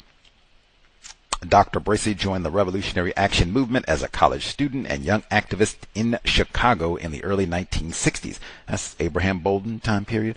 His insight, mentorship, and leadership in this project were crucial. One aspect of Bracy's legacy to Africana studies and scholar activism was his role as an ally to black feminists and his advocacy of black women's history. From our initial meeting, Dr. Bracy insisted on the inclusion of Mabel Williams' voice. He urged publishing the two manuscripts together as the best way of telling the Williamses' story to future generations. His insistence led to the recommendation from Lisa Williams that Dr. Gloria Anib House be added to the editorial collective, given her relationship with Robert and Mabel and history of scholar activism. Now again, maybe, just maybe, not all black males are ogres, and I think great decision to just squish them together. They went through all this together and were married and all those years of turmoil together. Just publish them together. That way, everybody, you can get both books, same time, read them all together. Spectacular. Love it. Wish they had more efforts like this, especially for married couples who were kind of in it together the whole way through. Like, yeah, absolutely. Dual memoir. Love it. Let's see.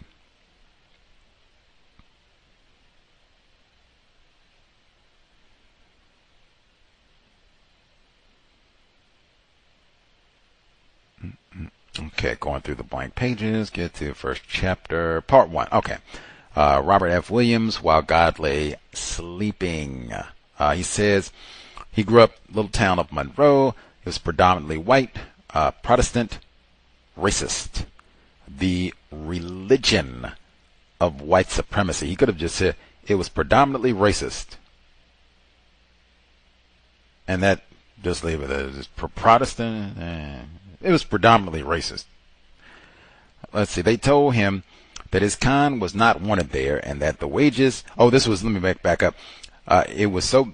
This town of Monroe was so reactionary or racist that when a Catholic priest appeared on the scene seeking converts to establish a church, local bigots, racists who met him on Main Street spat in his face. They told him that his kind was not wanted there, and that the wages he paid his nigger cook would spoil all the niggers in the town. The racists were horrified by rumors passed that the newly arrived Catholics were having small groups of blacks and whites meeting together. Now, this is, well, we just keep reading. We'll just keep reading that. White people are not ignorant about racism. And one more time, if you are white and you are ignorant about racism, don't know the rules, you will get in trouble with other white people. They will spit in your face at high noon in the middle of downtown. Who do you think you are? The souls of black people belong to the insensate white bosses during the week. But the weekend, in a limited way, I appreciate it, in a limited way, don't you think you're going to get out there and bust loose? Offered a fellowship of respite from a communion of dismal bondage. I don't know how much you're going to do on the weekend after you've been beat down for 5 days. Go shout in the church and then go cut a few black people at the saloon on Saturday. Mad Dog? Let's see. The community where we lived was called Newtown. It was in North Monroe and contained the town's largest black section.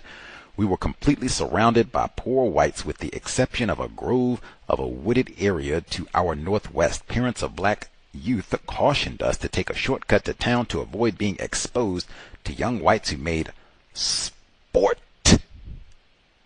of attacking defenseless blacks who ventured passage through their territory. Taking a shortcut meant passing through a railroad shop area and a series of tracks where freight trains shifted and reconnected. This maze of tracks was fraught with danger. I'm so glad he included all of this detail.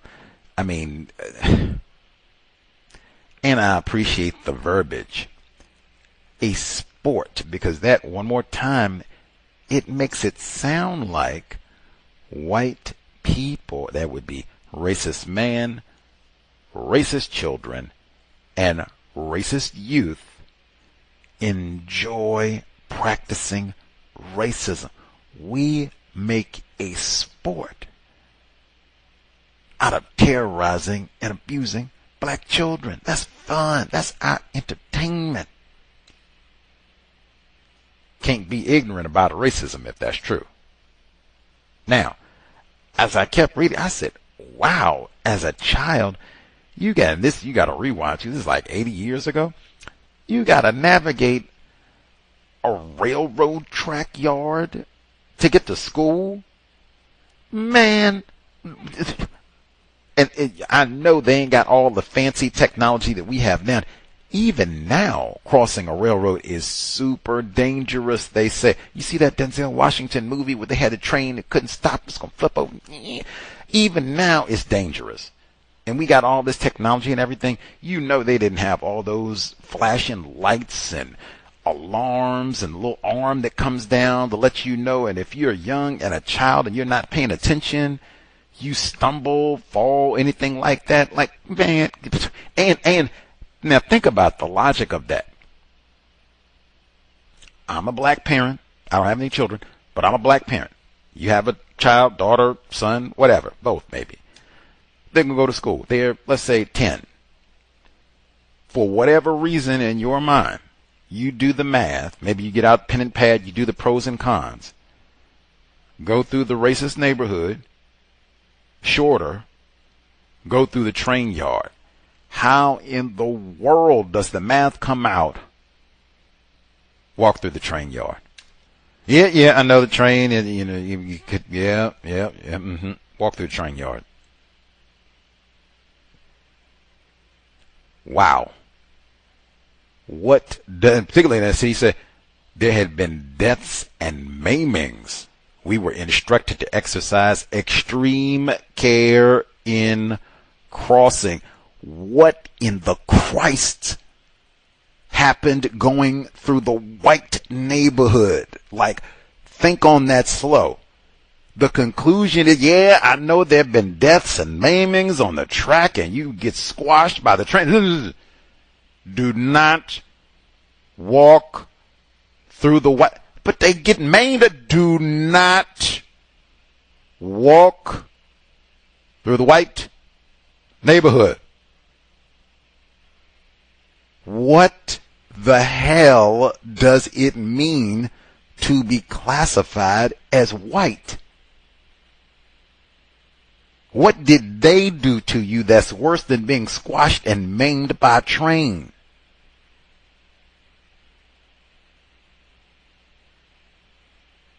The half has never been told. They ain't gonna say that on TV when they talk about racism generally. I crossed over a long line of standing freight cars that bore the names and markings of many faraway places. As I descended from one of them, oh, wait a minute. Let me read. Because there had been deaths and maimings, we were instructed to exercise extreme care in crossing. We were besieged by white hostility on the north, the east, and the south, and by a bushland of nothingness on the west. It was indeed sad that mothers were forced to demonstrate a greater fear of the well-being for their children from the white racists than from the hazards inherent in negotiating a busy railroad yard. I crossed over a long line of standing freight cars where I could have been maimed that bore the names and markings of many faraway places. As I descended from one of them, I saw the slightly stooped figure of a man standing near a boxcar. His bulky figure startled me. He was drinking from a whiskey bottle. He looked like a white man. Drunken white men always struck terror in the hearts of little black children. And he moves on and says, oh, it's not a white man, and blah, blah, blah, this is Mr. Curtis. That line right there, what does Brother Gus T say, been saying for years? One of the worst combinations in the known universe. All that debauchery with FIFA, July 4th, and 250 years and all that. France, they about to have their day over there too. French team, and then they can cheer for the world. White people, alcohol. Even that said, the half has never been told. He couldn't even give no detail. What is it being a black child and you run into drunk white men? The half has never been told. Let's see. I guess I did get a little bit more of the email I can read. Number 2, Williams' family conflict with white supremacy did not defeat, but in victory. VGQ, I'm interested in how victory is defined in this struggle. Let's see. Black freedom struggle. 1, Lobby International. It is a global system. Facts. 2, Williams' black youth, black radical leaders assassinated, incarcerated, or in permanent exile. So true. In fact, I think I just said this on Monday when we were talking to Mr. Andrew Baer, and he said the militant, that was the term, and he said, I like militant black people. I like me some Robert F. Williams. I said, that sounds like delectable Negro, like you like the spicy. Yeah, I like spicy chicken and spicy Negro. Let me get a little bit. I said, man, being a militant Negro just means you're going to have an extra thick FBI file. You're going to have extra thick bars. Or you're going to have an extra thick barrage of bullets.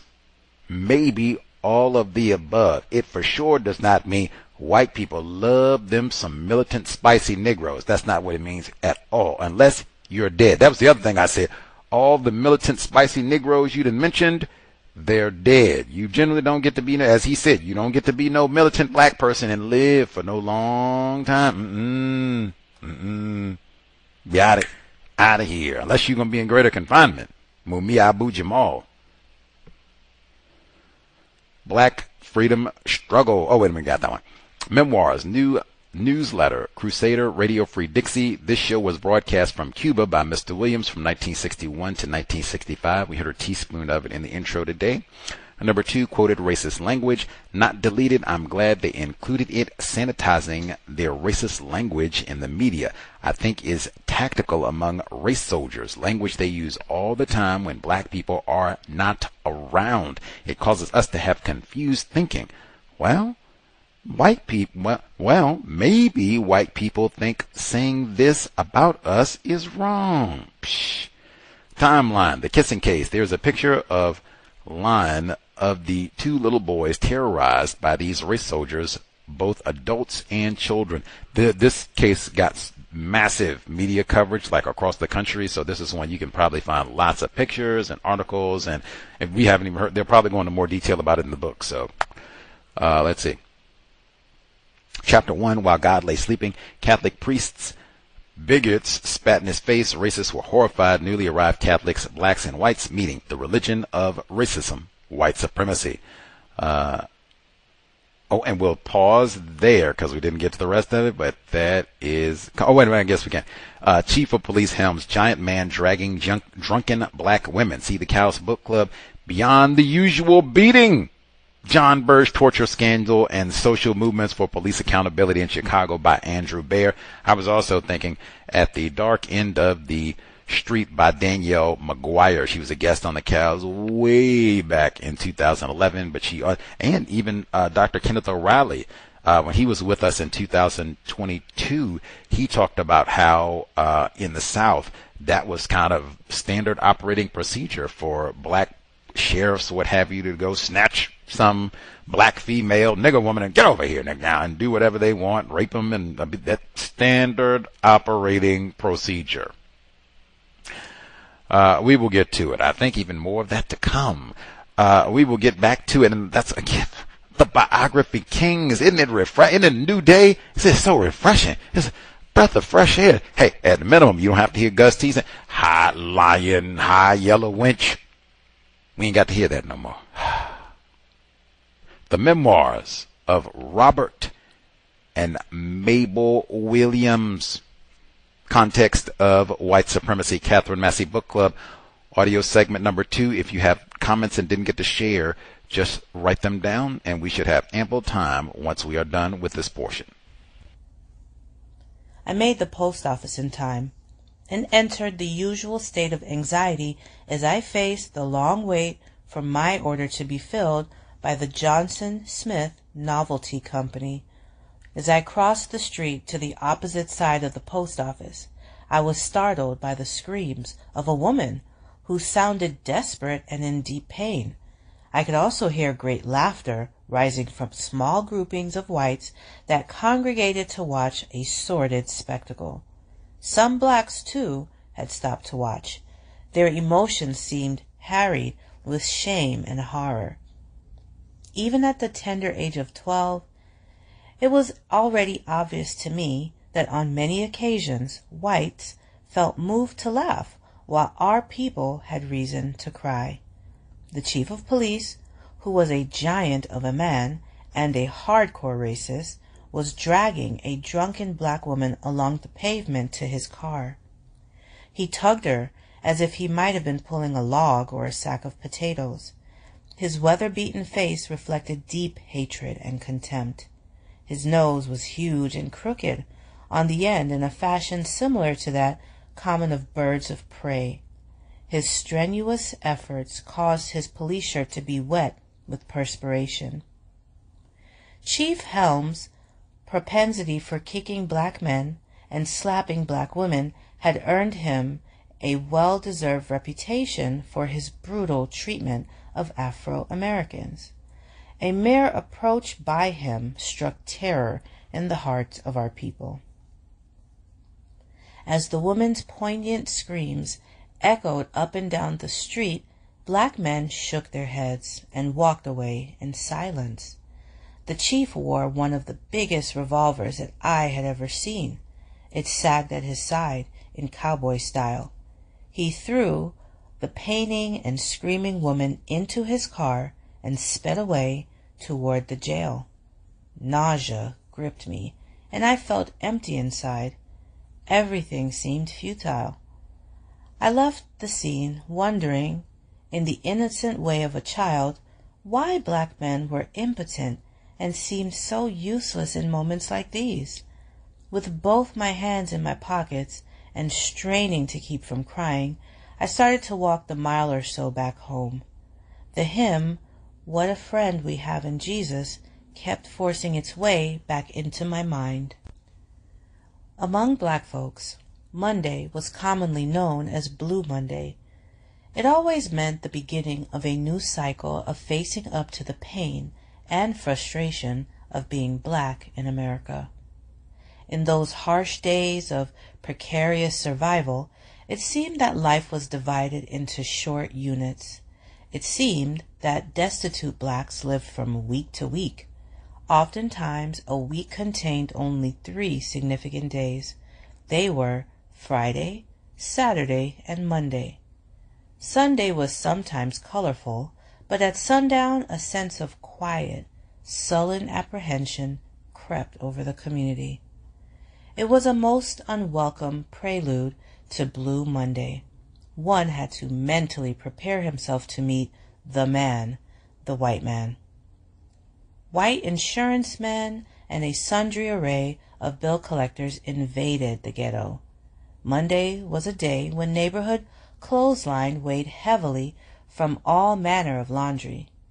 Industrious mothers did the family wash, and all too frequently clothes from across the track hung on the sagging lines.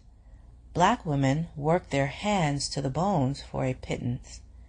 Some black women went to white homes to do the washing, cook, and nurse children of the master race.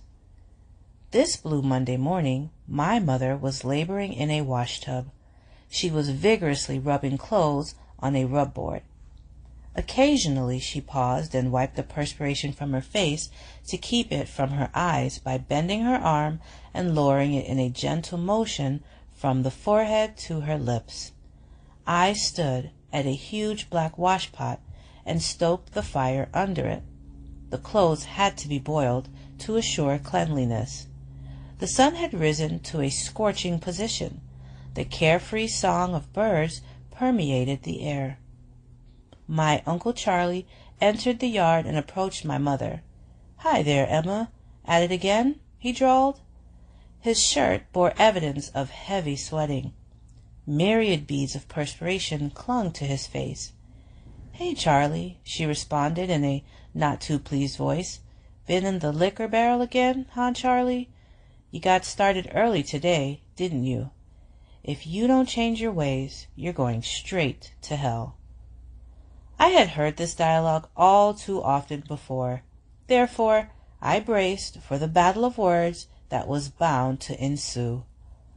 Uncle Charlie was a veteran of the First World War. He had attended Wilberforce University, had studied law, and was a principal of a run-down rural elementary school. He was known as one who kept intimate and frequent company with the bottle. His speech was militant.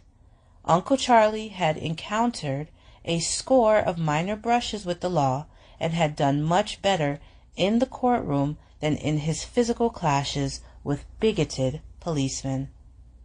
His medium stature bore no resemblance to the rugged physique common to those whose laborious drudgery paralleled that of beasts of burden.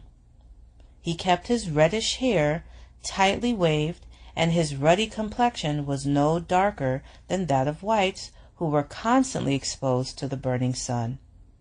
The upper portion of his cheeks bore a small nick. He was said to have brought this slight scar back from the army. Its history was never told.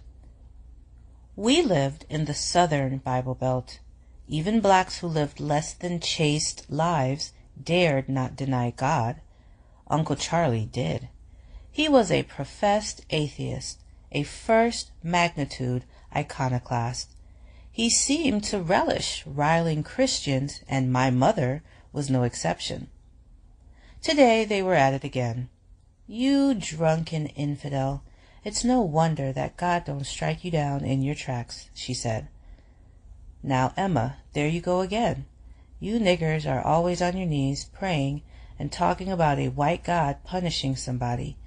You mean your God would punish me for a little drinking? Don't you think that's rather harsh dealing for a power that's just? If he would take such drastic measures for such a small infraction, why the hell doesn't he curse the white folks for what they are doing to good niggers?" "Oh, Charlie, you ought to be ashamed of yourself. You'd better fear God. Some day we all will have to answer for our sins. You ought to be ashamed to talk like that in front of that boy. I sure don't want him to grow up an infidel like you. God is a just God." "Emma, you don't really believe that hogwash, do you? If there is a God who can hear you niggers praying on your knees, why in hell don't you niggers pray for your just God to set the niggers free? Are you niggers scared to pray for freedom? Yeah, because you think he is white too. You think he meant you to be meek, humble, and long-suffering, and to serve the white folks. You niggers scared to pray for freedom from his white folks because you think he may think you're getting too uppity for the places he put you in to serve. Well, to hell with that. Before I'd bend my knee to a creator like that, I'd rather burn in hell with the devil." "You leave this yard right now, Charlie, and don't come back until you're sober," my mother demanded. It was evident that she feared that somehow Uncle Charlie's words might provoke the wrath of God. "You niggas have been shouting and screaming prayers loud enough to make a deaf man hear. If you've got a God, he must be somewhere sleeping," Uncle Charlie retorted. He shook his head in frustration as he left the yard. I was sorry to see him go. I liked to hear him talk. He was provocative and audacious. Chapter 2, X-32, The Prelude. I was 14 now, restless and subject to migraine headaches. The school I attended was segregated and dismal and inspired more daydreaming than serious study. It was pure torture to get up in the mornings, and I disliked it more and more. The library had many empty shelves, and the books had very little meaning. The science room was as sparse as the library. The best equipped department was for home economics. There, the Afro-American girls were being trained to work in the white folks' kitchens. The red brick building was brand new, but not an imposing one. The campus was bare, dusty clay, and not a single tree stood on it. When the old building had burned, all the athletic equipment had burned with it. Rumors had it that blacks who had become disgusted at the state's consistent refusal to remedy overcrowded and hazardous conditions had deliberately burned it. Football was out, and basketball was too colorless to generate any worthwhile interest. The teachers did all they could to make the best of what they had to work with. The superintendent, W.R. Kirkman, was a grumpy old white man whose periodic visits terrorized teachers and students alike. The sight of his car arriving on the yard charged the atmosphere with fear and dread as the word was passed that soup's comin'. There was a mad shuffle and frightful demands by the teachers that we all get in our places and remain quiet. Superintendent Kirkman would storm into the building with his hat on and correct and bawl out teachers right in the presence of students. His grumpy and mean voice could be heard roaring up and down the hallways. He was feared and hated. No one dared to rebel. Despite the daytime white abuse and hatred of our race, the darkness of night brought an influx of prowling white men in quest of black sex. Black men complained among themselves, but never gave physical vent to their frustrations and anger. It was diligently enforced law that any black man caught being intimate with a white woman suffered death or flogging at the hands of vindictive white men, or extravagantly heavy penalties for kangaroo-type racist courts. Once, while watching a court session from a balcony reserved for colored, commonly called the buzzard's roost, with a buddy who had grown up with me, I witnessed a case involving an interracial fracas. Testimony showed that a group of black men riding a watermelon truck had stopped at a rural gas station and had been attacked by white ruffians without provocation. Witnesses testified that the whites were responsible for the altercation. The redneck judge dismissed the case. He peered over his white-rimmed glasses and announced to the owner of the country store that he wanted to ask him a question. He said it puzzled him as to how the store owner had allowed that many darkies to congregate in one place. He stared in an instructive voice. "Don't you know that when you allow that many darkies to congregate in any one place, there is bound to be trouble?" It was disgusting to see the racist attitude of a court that held the life or death fate of such a despised people in its grasp. How revolting it was to watch the insensate railroad of blacks through the kangaroo court type session. My buddy Cad Roddy and I left this antiquated old courthouse shaken by white justice for our people. The imprint was deep. Cad, John Gaither, who was another one of my neighborhood buddies, and I frequently roamed and played in the wooded area that bordered the northeast corner of Newtown. One day we descended from the wooded area onto a paved road called Morgan Mill Road. 4 white hunters were standing by their parked car with shotguns in their hand. As we approached them, we could hear one remark that some nigger boys were coming. When we started to pass, they pointed their guns at our feet. One of them shouted, "We like to see niggers dance. Dance, niggers, dance, or we blow your damn feet off." Cat exploded with anger. He exclaimed, "If you want to see somebody dance, go get your damn mama." Such brassness stunned them. The shocked mentality disarmed the white hunters. They were at an impasse. We walked up on the road to our destination with adrenaline pumping in an anticlimax. A tall black man, who seemed to have had too much to drink, came up our street. He labored under a slight stagger and yelled like a town crier, "You niggers better stay in the house tonight, 'cause it's going to be hell in this town." "How come?" asked Mr. Crowder, our next-door neighbor, who was sitting on his front porch in his spotless undershirt. "'Cause that mean nigger Boyce Richardson done cut Chief Armfield's collar off his uniform, and the white folks is boiling mad." "What happened, man? What happened?" Mr. Crowder implored in an impatient voice. "Boyce and his little boy was sitting on the curb on Main Street eating watermelon, and the chief came up and done kicked Boyce's ass." "What happened then, boy?" asked Mr. Crowder anxiously. "That crazy nigger Boyce Richardson done cut the collar slap off old man Armfield."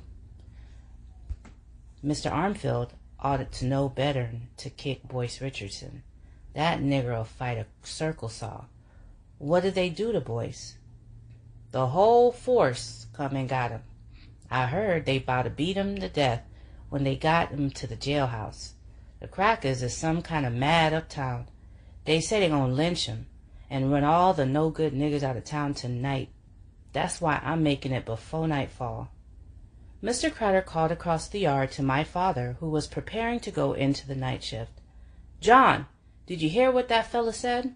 "Yeah," my father answered without comment, as if to discuss the matter would enhance the possibility of night terror. My father gathered his hat and lunch and tried to sneak a pistol in his overall jumper unnoticed. He admonished us to stay in the house as he left for the roundhouse. He lacked the timber and pugnacious attitude of Uncle Charlie and Uncle Arthur, his brothers. He often said that either one of them would fight at the drop of a hat. The streets were as deserted and silent as a cemetery. The older people who had experienced the ferocity of racist violence unleashed exuded such hysteria that they unwittingly infected their children with deep-seated fear. To be so terrorized was to feel a chill deep inside that left me numb and helpless.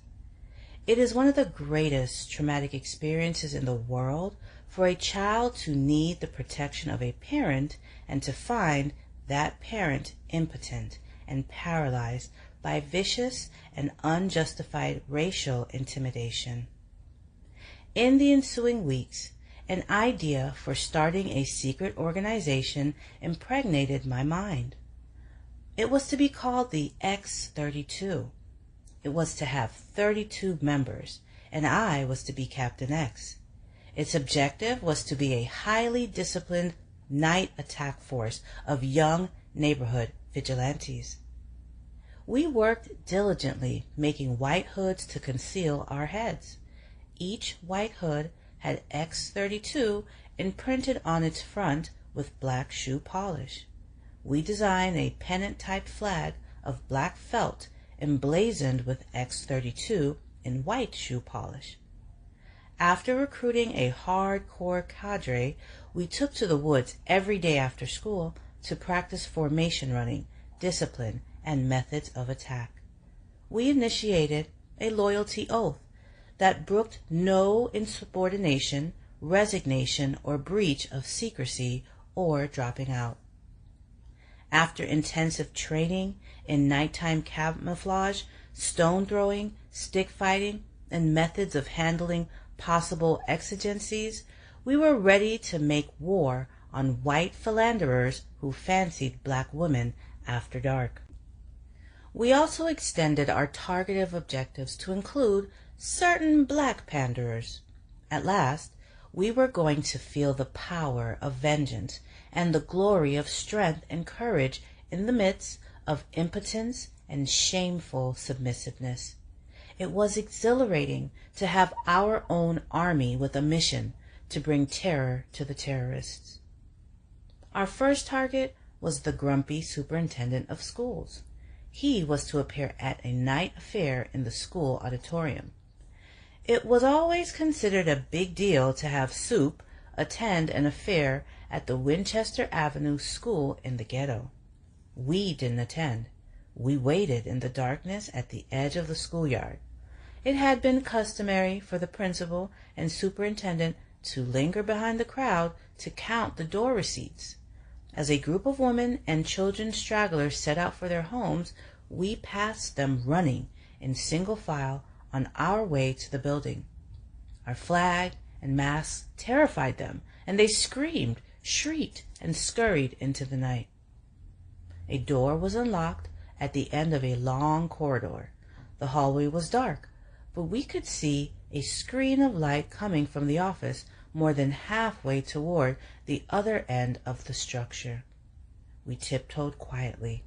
In front of the formation, I collided head-on with a figure.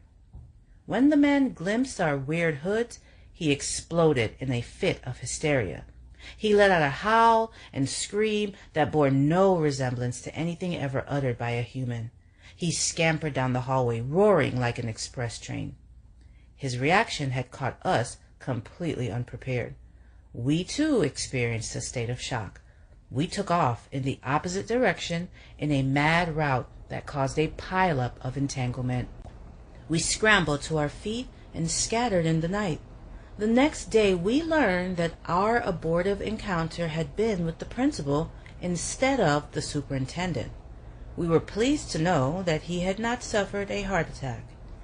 We got to recognize the white men and their cars that made frequent night incursions into our community. We also knew black women who catered to them. The worst offender was a redneck who worked on the railroad. He had come to Monroe from Georgia. He had a notorious reputation for lauding his interracial exploits over black men who worked around him. He was a racist from his heart, and his every action manifested only contempt for black people. He drove a Cord automobile and thought as much of it as he would if it had been solid gold. We looked forward to springing an ambush on Mr. Clarkston with a passion surpassed only by the anticipation we experienced in waiting for summer vacation to begin. Night after night, we vainly patrolled the alleys and dark sectors of the streets, hoping to catch him in range. We saw him a few times, but our plans were frustrated. He moved too fast for us to catch him. Finally, one Saturday night, we saw old Clarkston make his pickup. It was in a place sometimes called the Neck, and sometimes called 14. I suppose these names grew out of some local legend, but I had never heard the full story. The Neck was dark, and the streets were deserted. It was a perfect place for an ambush. We knew old Clarkston would be back soon to return his illicit colored lover. We knew the girl he had picked up. She had grown up in the neighborhood, and it was commonly known that she was quite free with her body. Among other things, she was labeled a nymph. She had a light brown, smooth complexion and tempting body build. We dispersed our assault forces to their stations. We waited in silence and concealment. Not many cars rolled through the Neck at night, and the Cord was dead on for identification. It had a low-slung profile and was the only car on the road with wide headlights. Its engine had a sound distinct from all other vehicles. Tenseness filled the night. Clarkston was rolling head-on into our ambush. As soon as the young woman got out of the stopped car, on signal, we released a broadside barrage of stones and bottles. The attack made a fierce sound in the night. It was a sound of stone on metal and breaking glass. For a while, the car seemed to run wild from one side of the street to the other. When it came under control, it sped into the night like an airplane. A trail of dust hovered over the street, giving an appearance of a mighty commotion. We ran to our staging area to regroup. We had a seizure of laughter and satisfaction. In the following months, we carried out a series of diverse raids. To some people, nighttime became terror. Our antics attracted too much attention, and our parents forbade us to go out at night. We then decided to lay low and let things cool off. We placed our little army in mothballs, sworn to an oath of silence, and a pledge to remobilize whenever the situation warranted it. The X-32 was never reactivated. Off the old officer gang in years to come, 2 became dentists, 1 a policeman, 1 a federal civil servant, a journeyman welder, and all traces of the others vanished into the vastness of time. So far as I know today, I was the only one of the group who advocated a military-style stance in the much later civil rights movement. Well, the Katherine Massey Book Club, Context of White Supremacy. Biography Kings. Cowbell. The number to dial, 720-716-7300. The code 564-943 pound. Press star 61 if you would like to participate.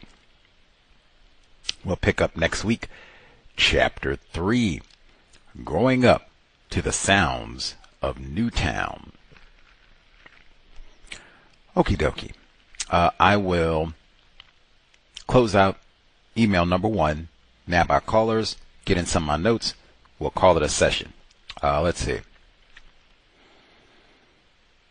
Mr. Curtis, singing a blues song called Trouble in Mind among black folks, Blue Monday. The blues may become a theme in this text. See Louis Armstrong, What Did I Do to Be So Black and Blue? Satchmo, he say Satchmo, the white man still in charge. Facts, even in 2026. 4. Uncle Charlie, World War I, Wilberforce to study law. Speech was militant, whatever that means. Atheist, another intelligent casualty of the global system of racism. White supremacy. Facts. Chapter 2, X-32, Prelude. School library, empty shelves. Best equipped home economics. That's where the black young ladies are going to learn to cook buttermilk biscuits and such for white ladies, white people. Reading is more important than watching television, Dr. Francis Cress Welsing. Also, that reminded me exactly. Dr. Wayne A. Wiegand, In Silence or Indifference, his entire book is about why those shelves were empty and the years, decades of labor that white women in particular put into making sure that those shelves were empty and would have nothing to inspire or interest a young Robert Williams or any of the black boys and girls at that school. Really, cobwebs, really. Read that. See what you think about that.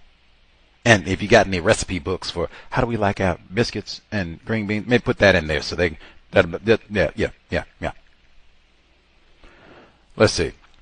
2. Superintendent Kirkman, Whiteman, terrorized the teachers and students. Another example of why we should not refer to it as school segregation. Just call it System of Racism, White Supremacy.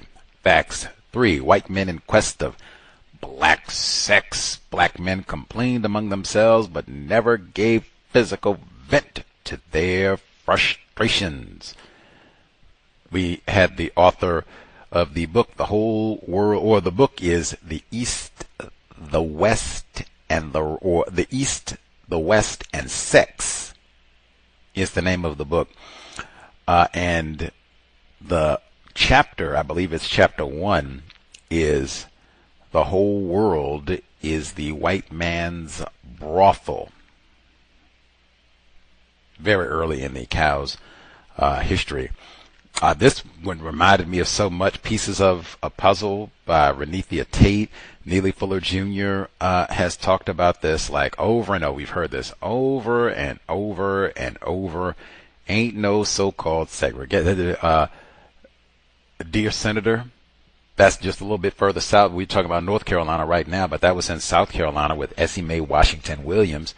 Dear Senator, you're doing all that, raping Negroes and keep the Negroes away, and the Negroes are dangerous and they can't go to school with us. And he doing the and he got one of the Negro young ladies in his house. That's how we got all this raping, making the biscuits and everything. And then, yeah, you don't just work in the kitchen at 14, raping a child.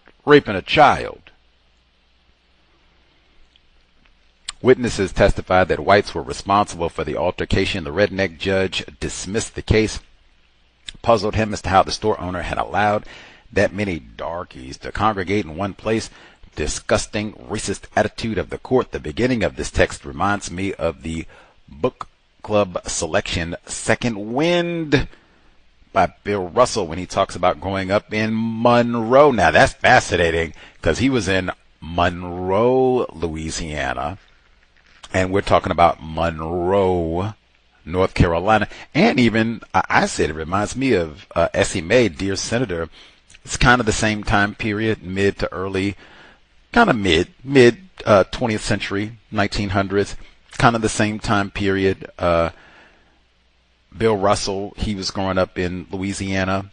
Essie Mae, South Carolina. Robert F. in North Carolina. So lots of overlap. Hey, it's U.S. South for all of those, so lots of overlap in how the system would have operated at that time period. I remember Bill Russell specifically, major consistent theme is Bill Russell talked about the lack of books and libraries when he was in Louisiana. I think that he said that's one of the major shifts when they moved after the death of his mom, when they moved to California. He's in the Bay Area like, oh my gosh, you go to the library and they got all these books and wow, it was a whole new world. He didn't say it was cobwebs and nothing. He didn't say that when he got to California. He said it was totally different. But that's about what he said when he was in Louisiana, if my memory is correct. And that Louisiana is mentioned specifically in silence or indifference. We ain't gonna have no literate niggers around here. 3. Secret Organization X32 Principle. This section reminded me of the episode that Richard Williams had with the Klan. He describes in the C.O.W.S book club text, Black and White, the Way I See It. Man, we read that book on the book club a few weeks before. We might have even been concluding it by the time Dr. Umoja came to speak with us, but that was like late summer, autumn of 2014, 12 years ago, when we read that. But it reminded me of that exactly. Richard Williams, same time period. He, if my memory is correct, was in Mississippi, and same thing. I thought of the exact same thing he got with his friends, because he said, I was not with all that nonviolence. That seemed crazy to me. I was watching white people terrorize black people all the time, and he talks about them getting together and carrying out their secret vigilante counter-violence attacks against Klan members. He said, oh no, we're going to do all that. Y'all not just going to beat us up and beat up my friends and kill us and get away with that. It's going to be some payback. We're going to get like I said, man. And again, if you don't read, you will not get a lot of these stories.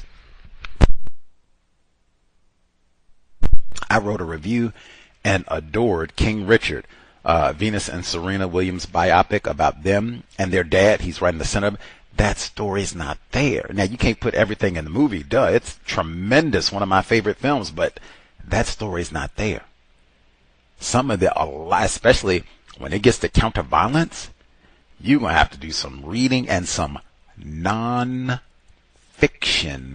reading to get this sort of information. Like, oh, wow, black people are not cowards. Black people are not just chumps and chickens and yellow, scared of whitey. No, even from a very weak position, we have fought back. And not one or two of us, lots of us, large numbers, and fought back from day one. Much obliged. We'll resume next week. Let's see.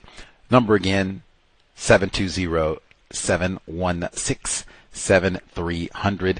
The code 564943 pound. Press *61 if you would like to participate. Let's see. Folks who dialed in, if you have commentary to share, a line should be open. Our caller 5962. If you have commentary, proceed. Yes, sir. Can I be heard? Yes, sir. Yeah. I know you had mentioned earlier from the preface linking some of these rebellions like Nat Turner as well. Something that came to mind that I read up on early in other studies that I've done was the Tacky Revolt, and that's what this brings to mind. I know it's not in America, but just another revolt that comes up in my mind. One thing I took from the second session was early on in the chapter, him kind of just being broken, feeling helpless as a young child, witnessing this black drunk woman being dragged to a squad car, and the black men just kind of standing around, shaking their head, not really getting involved or intervening. It kind of seems like he's already starting to develop his code, that he's not going to allow this, or he's going to do something about it, and I thought that was interesting. The next thing was that he has I guess you could say, an infinite or a liking for Uncle Charlie, who, once again, militant. Not quite sure what that means, but maybe that has something to do with Uncle Charlie also being a member of the military. He has some sort of cadence or diction to his speak that he likes, and that he questions the white God that black people are always praying to for some sort of salvation that never seems to come. The next thing that I took was Mr. Williams and his young activists coming together with the X-32 and noticing that these white people are supposedly so disgusted with us and hate us so much, but they come under the darkness of night to frequent black women, and that him and his team are going to get together and stage ambushes and drive these white people out of their neighborhood, or at least the place that they're, forced to live. It made me think about the part where he's noticing that white men are coming into the neighborhoods to frequent black women. Always makes me, whenever I hear that, just makes me think of the Malcolm X autobiography, where he talks about the same thing, and some of the strange positions that he steered white men in his town. And let's see, is there anything else? No, I think that's it for now.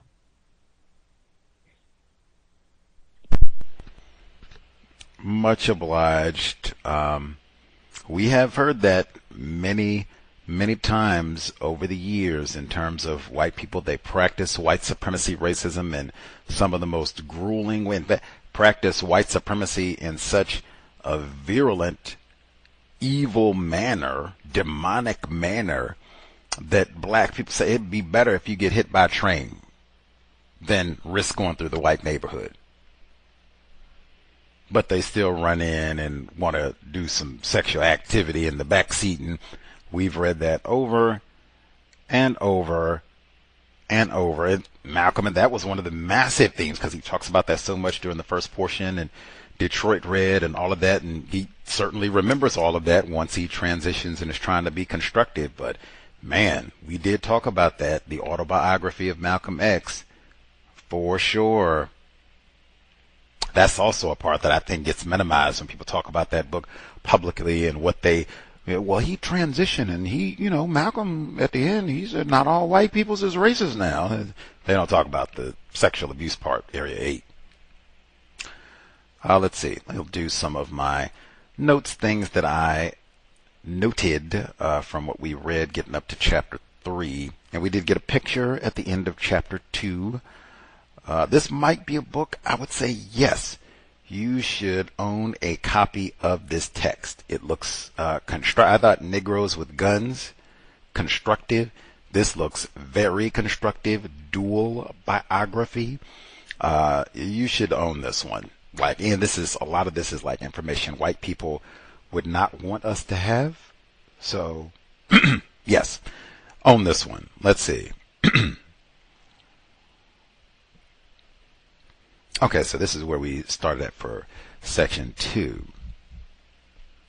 With the section that our caller just talked about, where he says some blacks too had stopped to watch. Their emotions seemed harried with shame and horror, even at the tender age of 12. It was already obvious to me that on many occasions whites felt moved to laugh,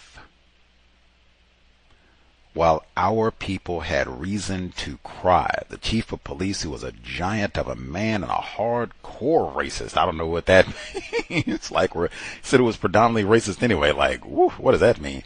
Was dragging a drunken black woman along the pavement, and he tugged her like he was pulling a sack of potatoes. That just all of that, I think, is so well written and just such a tremendous work. But we are moved to, white people enjoy practicing racism. They find this funny, amusing. Oh, look at him dragging the Negro woman off. Oh, look, they're going to rape some of the Negro women. Oh, we're going to beat some of the Negro children. I mean, they enjoy practicing racism. That's Rodney King having a blast. Norm Stamper told us, got my nigger knocker. We having fun. Not ignorant.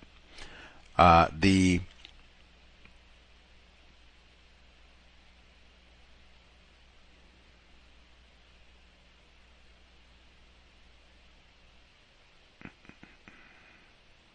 again, the public, we were just talking about that yesterday on neutralizing workplace racism, publicly humiliating black people, not just carrying this out in the alley or behind the building. Do this out in public so that the whole town, everybody, her parents, husband, brothers, children, everybody can see. We done snatched her up and dragged her by her hair and threw her in the back of the car. God knows what's going to happen to her. Oh, yeah. Anybody got something to say about it? Anybody? I think it's important. Hey, if they had spoken up, all it means is, whole lot of you all going to die tonight. Or, whole lot of you all going to jail. Or both. That's all it means. Okay, you get the drop on that one officer. When we get the backups and reinforcements, we might burn this whole... Hey, this is in the same state as Wilmington. North Carolina, Wilmington, not Wilmington, Delaware. This is in the same state, 1898. So, you can get uppity if you want to and act like you... And we even heard about that later in the book. So, try it if you feel like it. You got me outnumbered for the moment. But that's the point of it. We do it in public to make sure we show you what your place is. Worthy of great pity. You are not a man. I'm the man. That's the sheriff talking. Let's see. Well, the chief of police, not the sheriff. He said, I left as the woman's poignant screams echoed up and down the street, black men shook their heads and walked away in silence. The chief wore one of the biggest revolvers that I'd ever seen. There you go. Dirty hair. Make my day. You don't like it? Let's see how much you don't like it.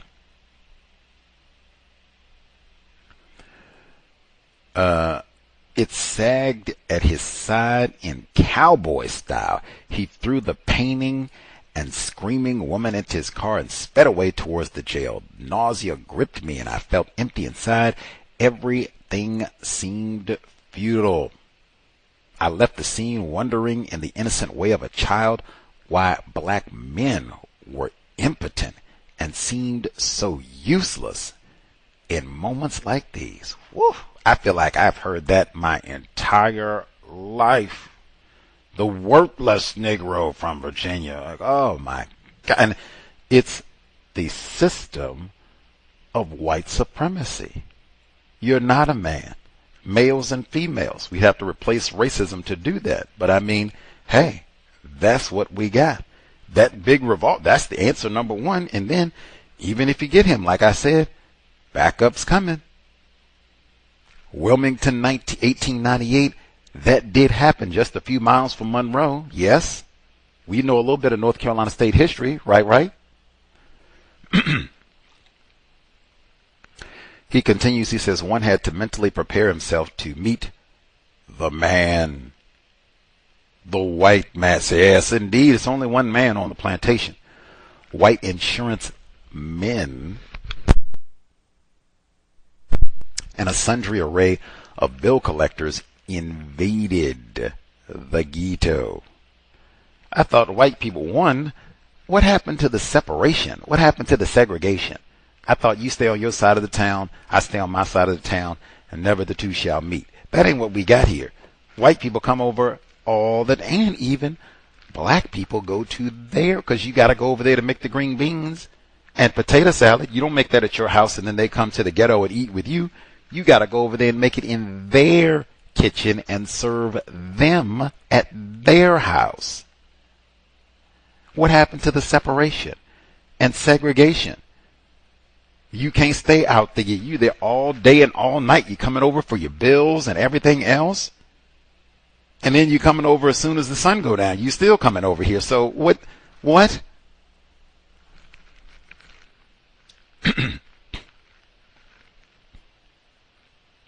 They said Uncle Charlie had encountered a score of minor brushes with the law and had done much better in the courtroom than in his physical clashes with bigoted policemen. Now again, you got another example of a black male who says, oh no, I'm going to step up, I'm going to say something. You don't smack that black female around in front of me. Get your hands off of her. I'm a man, I'm going to do something. They said, no problem, we'll smack you around, take you to jail too. And interestingly, they said he did better in court than he did with his fists out there fighting the cops. Fuller would say the same thing now.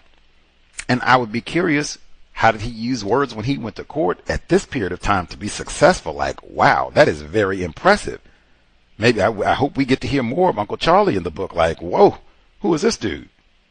Maybe he inherited, Robert F. inherited a little bit of that, whatever verbiage and linguistic skill from Uncle Charlie. Let's see. His mother, it hit me kind of sensitive. She called him a drunken infidel. Like, dang, is it that we in a system of white supremacy, racism, and all this is going on? I mean, I might need a teaspoon of the Mad Dog. Man, I guess you don't need it, but I'm a drunken infidel? I'm a victim of racism. Like, gee whiz. That is no name calling. But his response, Uncle Charlie done sitting down. Look here, Emma. There you go again. You niggas always on your knees praying and talking about a white God punishing somebody. You mean your God would punish me for a little drinking? Don't you think that's rather harsh, dealing for a power that's just? If he would take such drastic measures for such a small infraction, why the hell doesn't he curse the white folks for what they are doing to good Negroes? Come on, Uncle Charlie. I think this sort of talk would probably upset a good number of black people now in 2026. Like, I think Uncle Charlie would be called an infidel and banished from a whole lot of black people's property, like right now. They say, church influence is waning and not as many black people go to church as used to, but even still, ain't gonna get behind no Uncle Charlie. Let me see. Exler, he starts the chapter saying at 14 he had these migraine headaches. I don't know. I was thinking, is that the pollution? All the hog farms in North Carolina? Like, what you think that is? Because that's serious. You get migraine headache. It's hard to function. You get migraine headaches, especially if you get them all the time. So, no books at the library. No, so I got curiosity and questions about the headaches. I don't have no curiosity or confusion about why there's no books in the library. Let's see.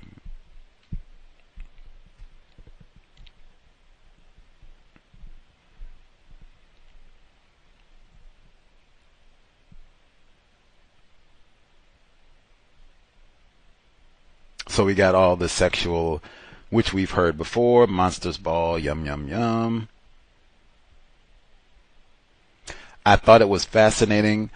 So they have this fracas, and we hear the movie theater again with the buzzard's roost. This is another theme that we've heard in the book club over and over, going all the way back to The Warmth of Other Suns, where black people are barred from either going to the movie theater, where they can only go on certain days, or they are restricted to being up in the balcony. I think that might even be in Melba Pattillo Beal's Warriors Don't Cry, or The Warmth of Other Suns, or both, where they would go up into the balcony, and sometimes the black people would throw popcorn and refreshments, ice down on the white people, and get your breakfast right there too.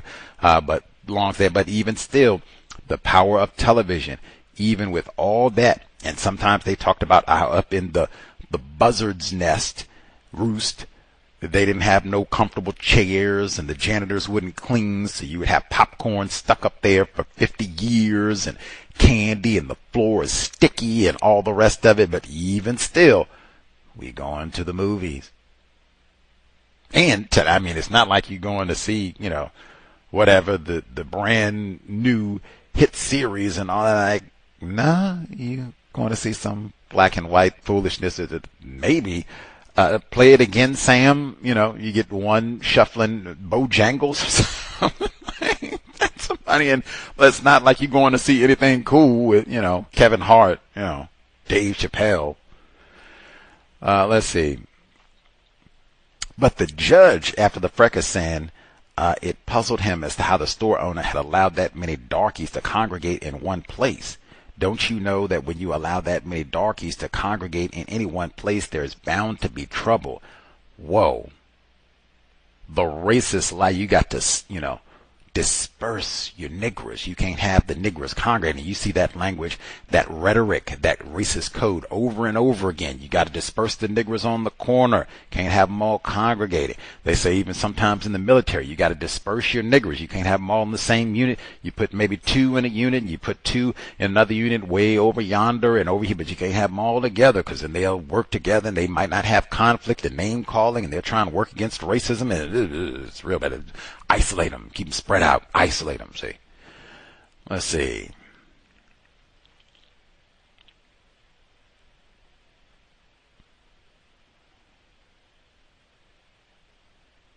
Oh, and so they got Boyce Richardson, another black male, who says, I'm not impotent. You don't touch me. I'm going to use counterviolence. And just what I said, they call the entire police department down to beat you down, and maybe the whole town to lynch you, and then we might even come and kill all the rest of the black people. So now we got to be on defense about things because of the conduct of one black person, and the rest of the racists say, we're going to make all you niggers pay for this. Very common, has happened many times. Let's see. And they literally did say the whole force came and got every single armed white man right now. Let's go.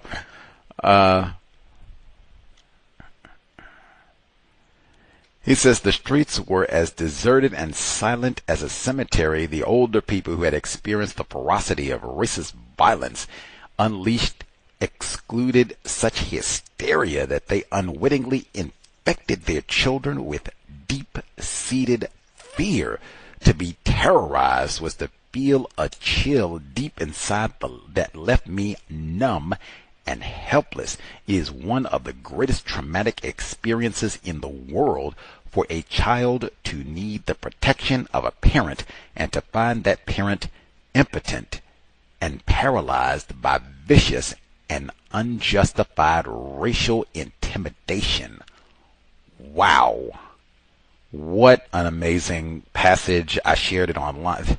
That is why you read non-fiction. I don't think there are any fiction books that will give you this information. And I don't think they have content on YouTube and Netflix that will give you this sort of information. You have to do some reading to get some of this material. And I mean, that is a stunning passage. And that is the result of white supremacy racism. When you sit around and watch that, and particularly, that's why Fuller says we are attempted parents. That's why it's important to talk to your children about racism, and particularly an experience. I just said, Wilmington, I'm sure at this time, I'm sure some of them black people, they knew about Wilmington. When he says they had memories of racist violence and terrorism unleashed? Wilmington, 1898. They had to. Oh my Lord, they come kill us all. They come burn the whole town down. Both. Oh my Lord, what are we going to do? Do we have to pack up and leave tonight with what we can carry on our back? That's the system of white supremacy racism. So, I mean, when you've had events like that happen, things are so traumatic, just try your best to jump the train. Absolute attempted parents, and be honest with your children about that, because it is scary. And then imagine being a child. I'm looking at my parents and they are terrified, and rightly so. That is the system that we are in. It is scary. He says, so they get the X-32, and he says, we're going to get some payback on all this. I did note, he said, we also extended our targeted objectives to include certain black panderers. Man, we always got to target other victims of racism for how they respond to racism. Like, white people are most to blame, and even sometimes because they got that movie, what is it, Drop Squad? That's one of the oldies but goodies, they say, from like 30 years ago. But it'll be, we get an X-32 or something and end up being, hey, you know, it's kind of dangerous. You know, it might get us and go get white people. How about we just get these old sellout black people? Yeah, let's go. Gus done got on my nerve. We go get him. Yeah, we gonna go egg his car. We might even kidnap him and bust him upside his head a time or two. We go get these old black people that done got on our nerve. I thought we was gonna get the white people. Well, we sure need a little bit more training. We'll try that next month. But we gonna get Gus today. Easy one. Ain't that? Come on, the black panderers, man. If you want to talk about impotent and paralyzed in a system of white supremacy, where you got the Klan, race soldiers for Wilmington, all the rest of it. Ben Tillman was still alive at this point. Strom Thurmond was alive at this point. Nah. What's old Willie been up to? He been pandering to white folks of late? Worthy of great pity. Let's see.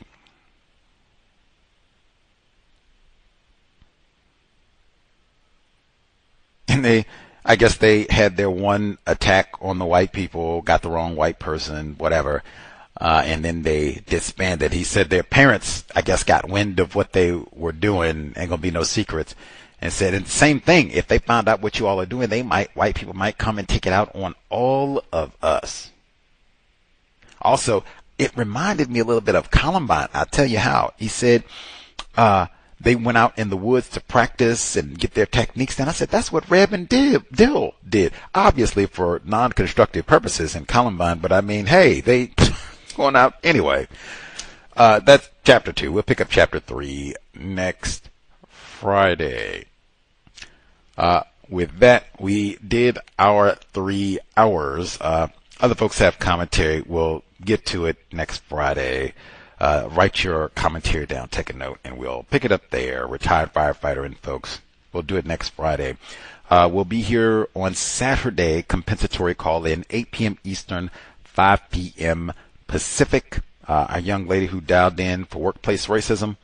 I will be on the lookout first thing tomorrow so we can do it up and kind of review what has gone down over the past 7 days on the plantation. Again, hopefully everyone has made it safely through the holiday and the FIFA tournament winding down so we can just glide out of the summer 2026 hydrated and safe. That'll be the goal. Drink your water. Stay cool. Sobriety would be best. Again, we are in the 100 deadliest days on the road. If you are a younger motorist, you want to be especially alert, and I would say avoid being out late at night, especially once the sun is down. So, after 10:30, park it. They'll last, especially on the weekends, Friday nights and such. You have lots of people who are going to be out intoxicated, driving under the influence, and acting a fool, especially younger people and you have race soldiers out, all that, sobriety checkpoints and everything. You do not want to be out late. And if you are classified as black and it's a whole lot of you all in the vehicle, you are asking for trouble. Get to one spot and stay there once the sun goes down. Creator, we ask that you remind us, stop saying not all white people are racist. What about the radical white allies? Stop saying not all white people are racist. Stop name calling and cursing black people victims of white supremacy. What about the black people who pander to racists? Stop name calling and cursing black people. Infidel. It has been time. Replace white supremacy with justice immediately. Cows signing out. Thanks all for tuning in. Nigga, you so brainwashed. I'm a victim, brother. Problem. You're a victim. I'm a victim of 400 years of conditioning. Shut up. The man has programmed my conditioning. Even my conditioning has been conditioned.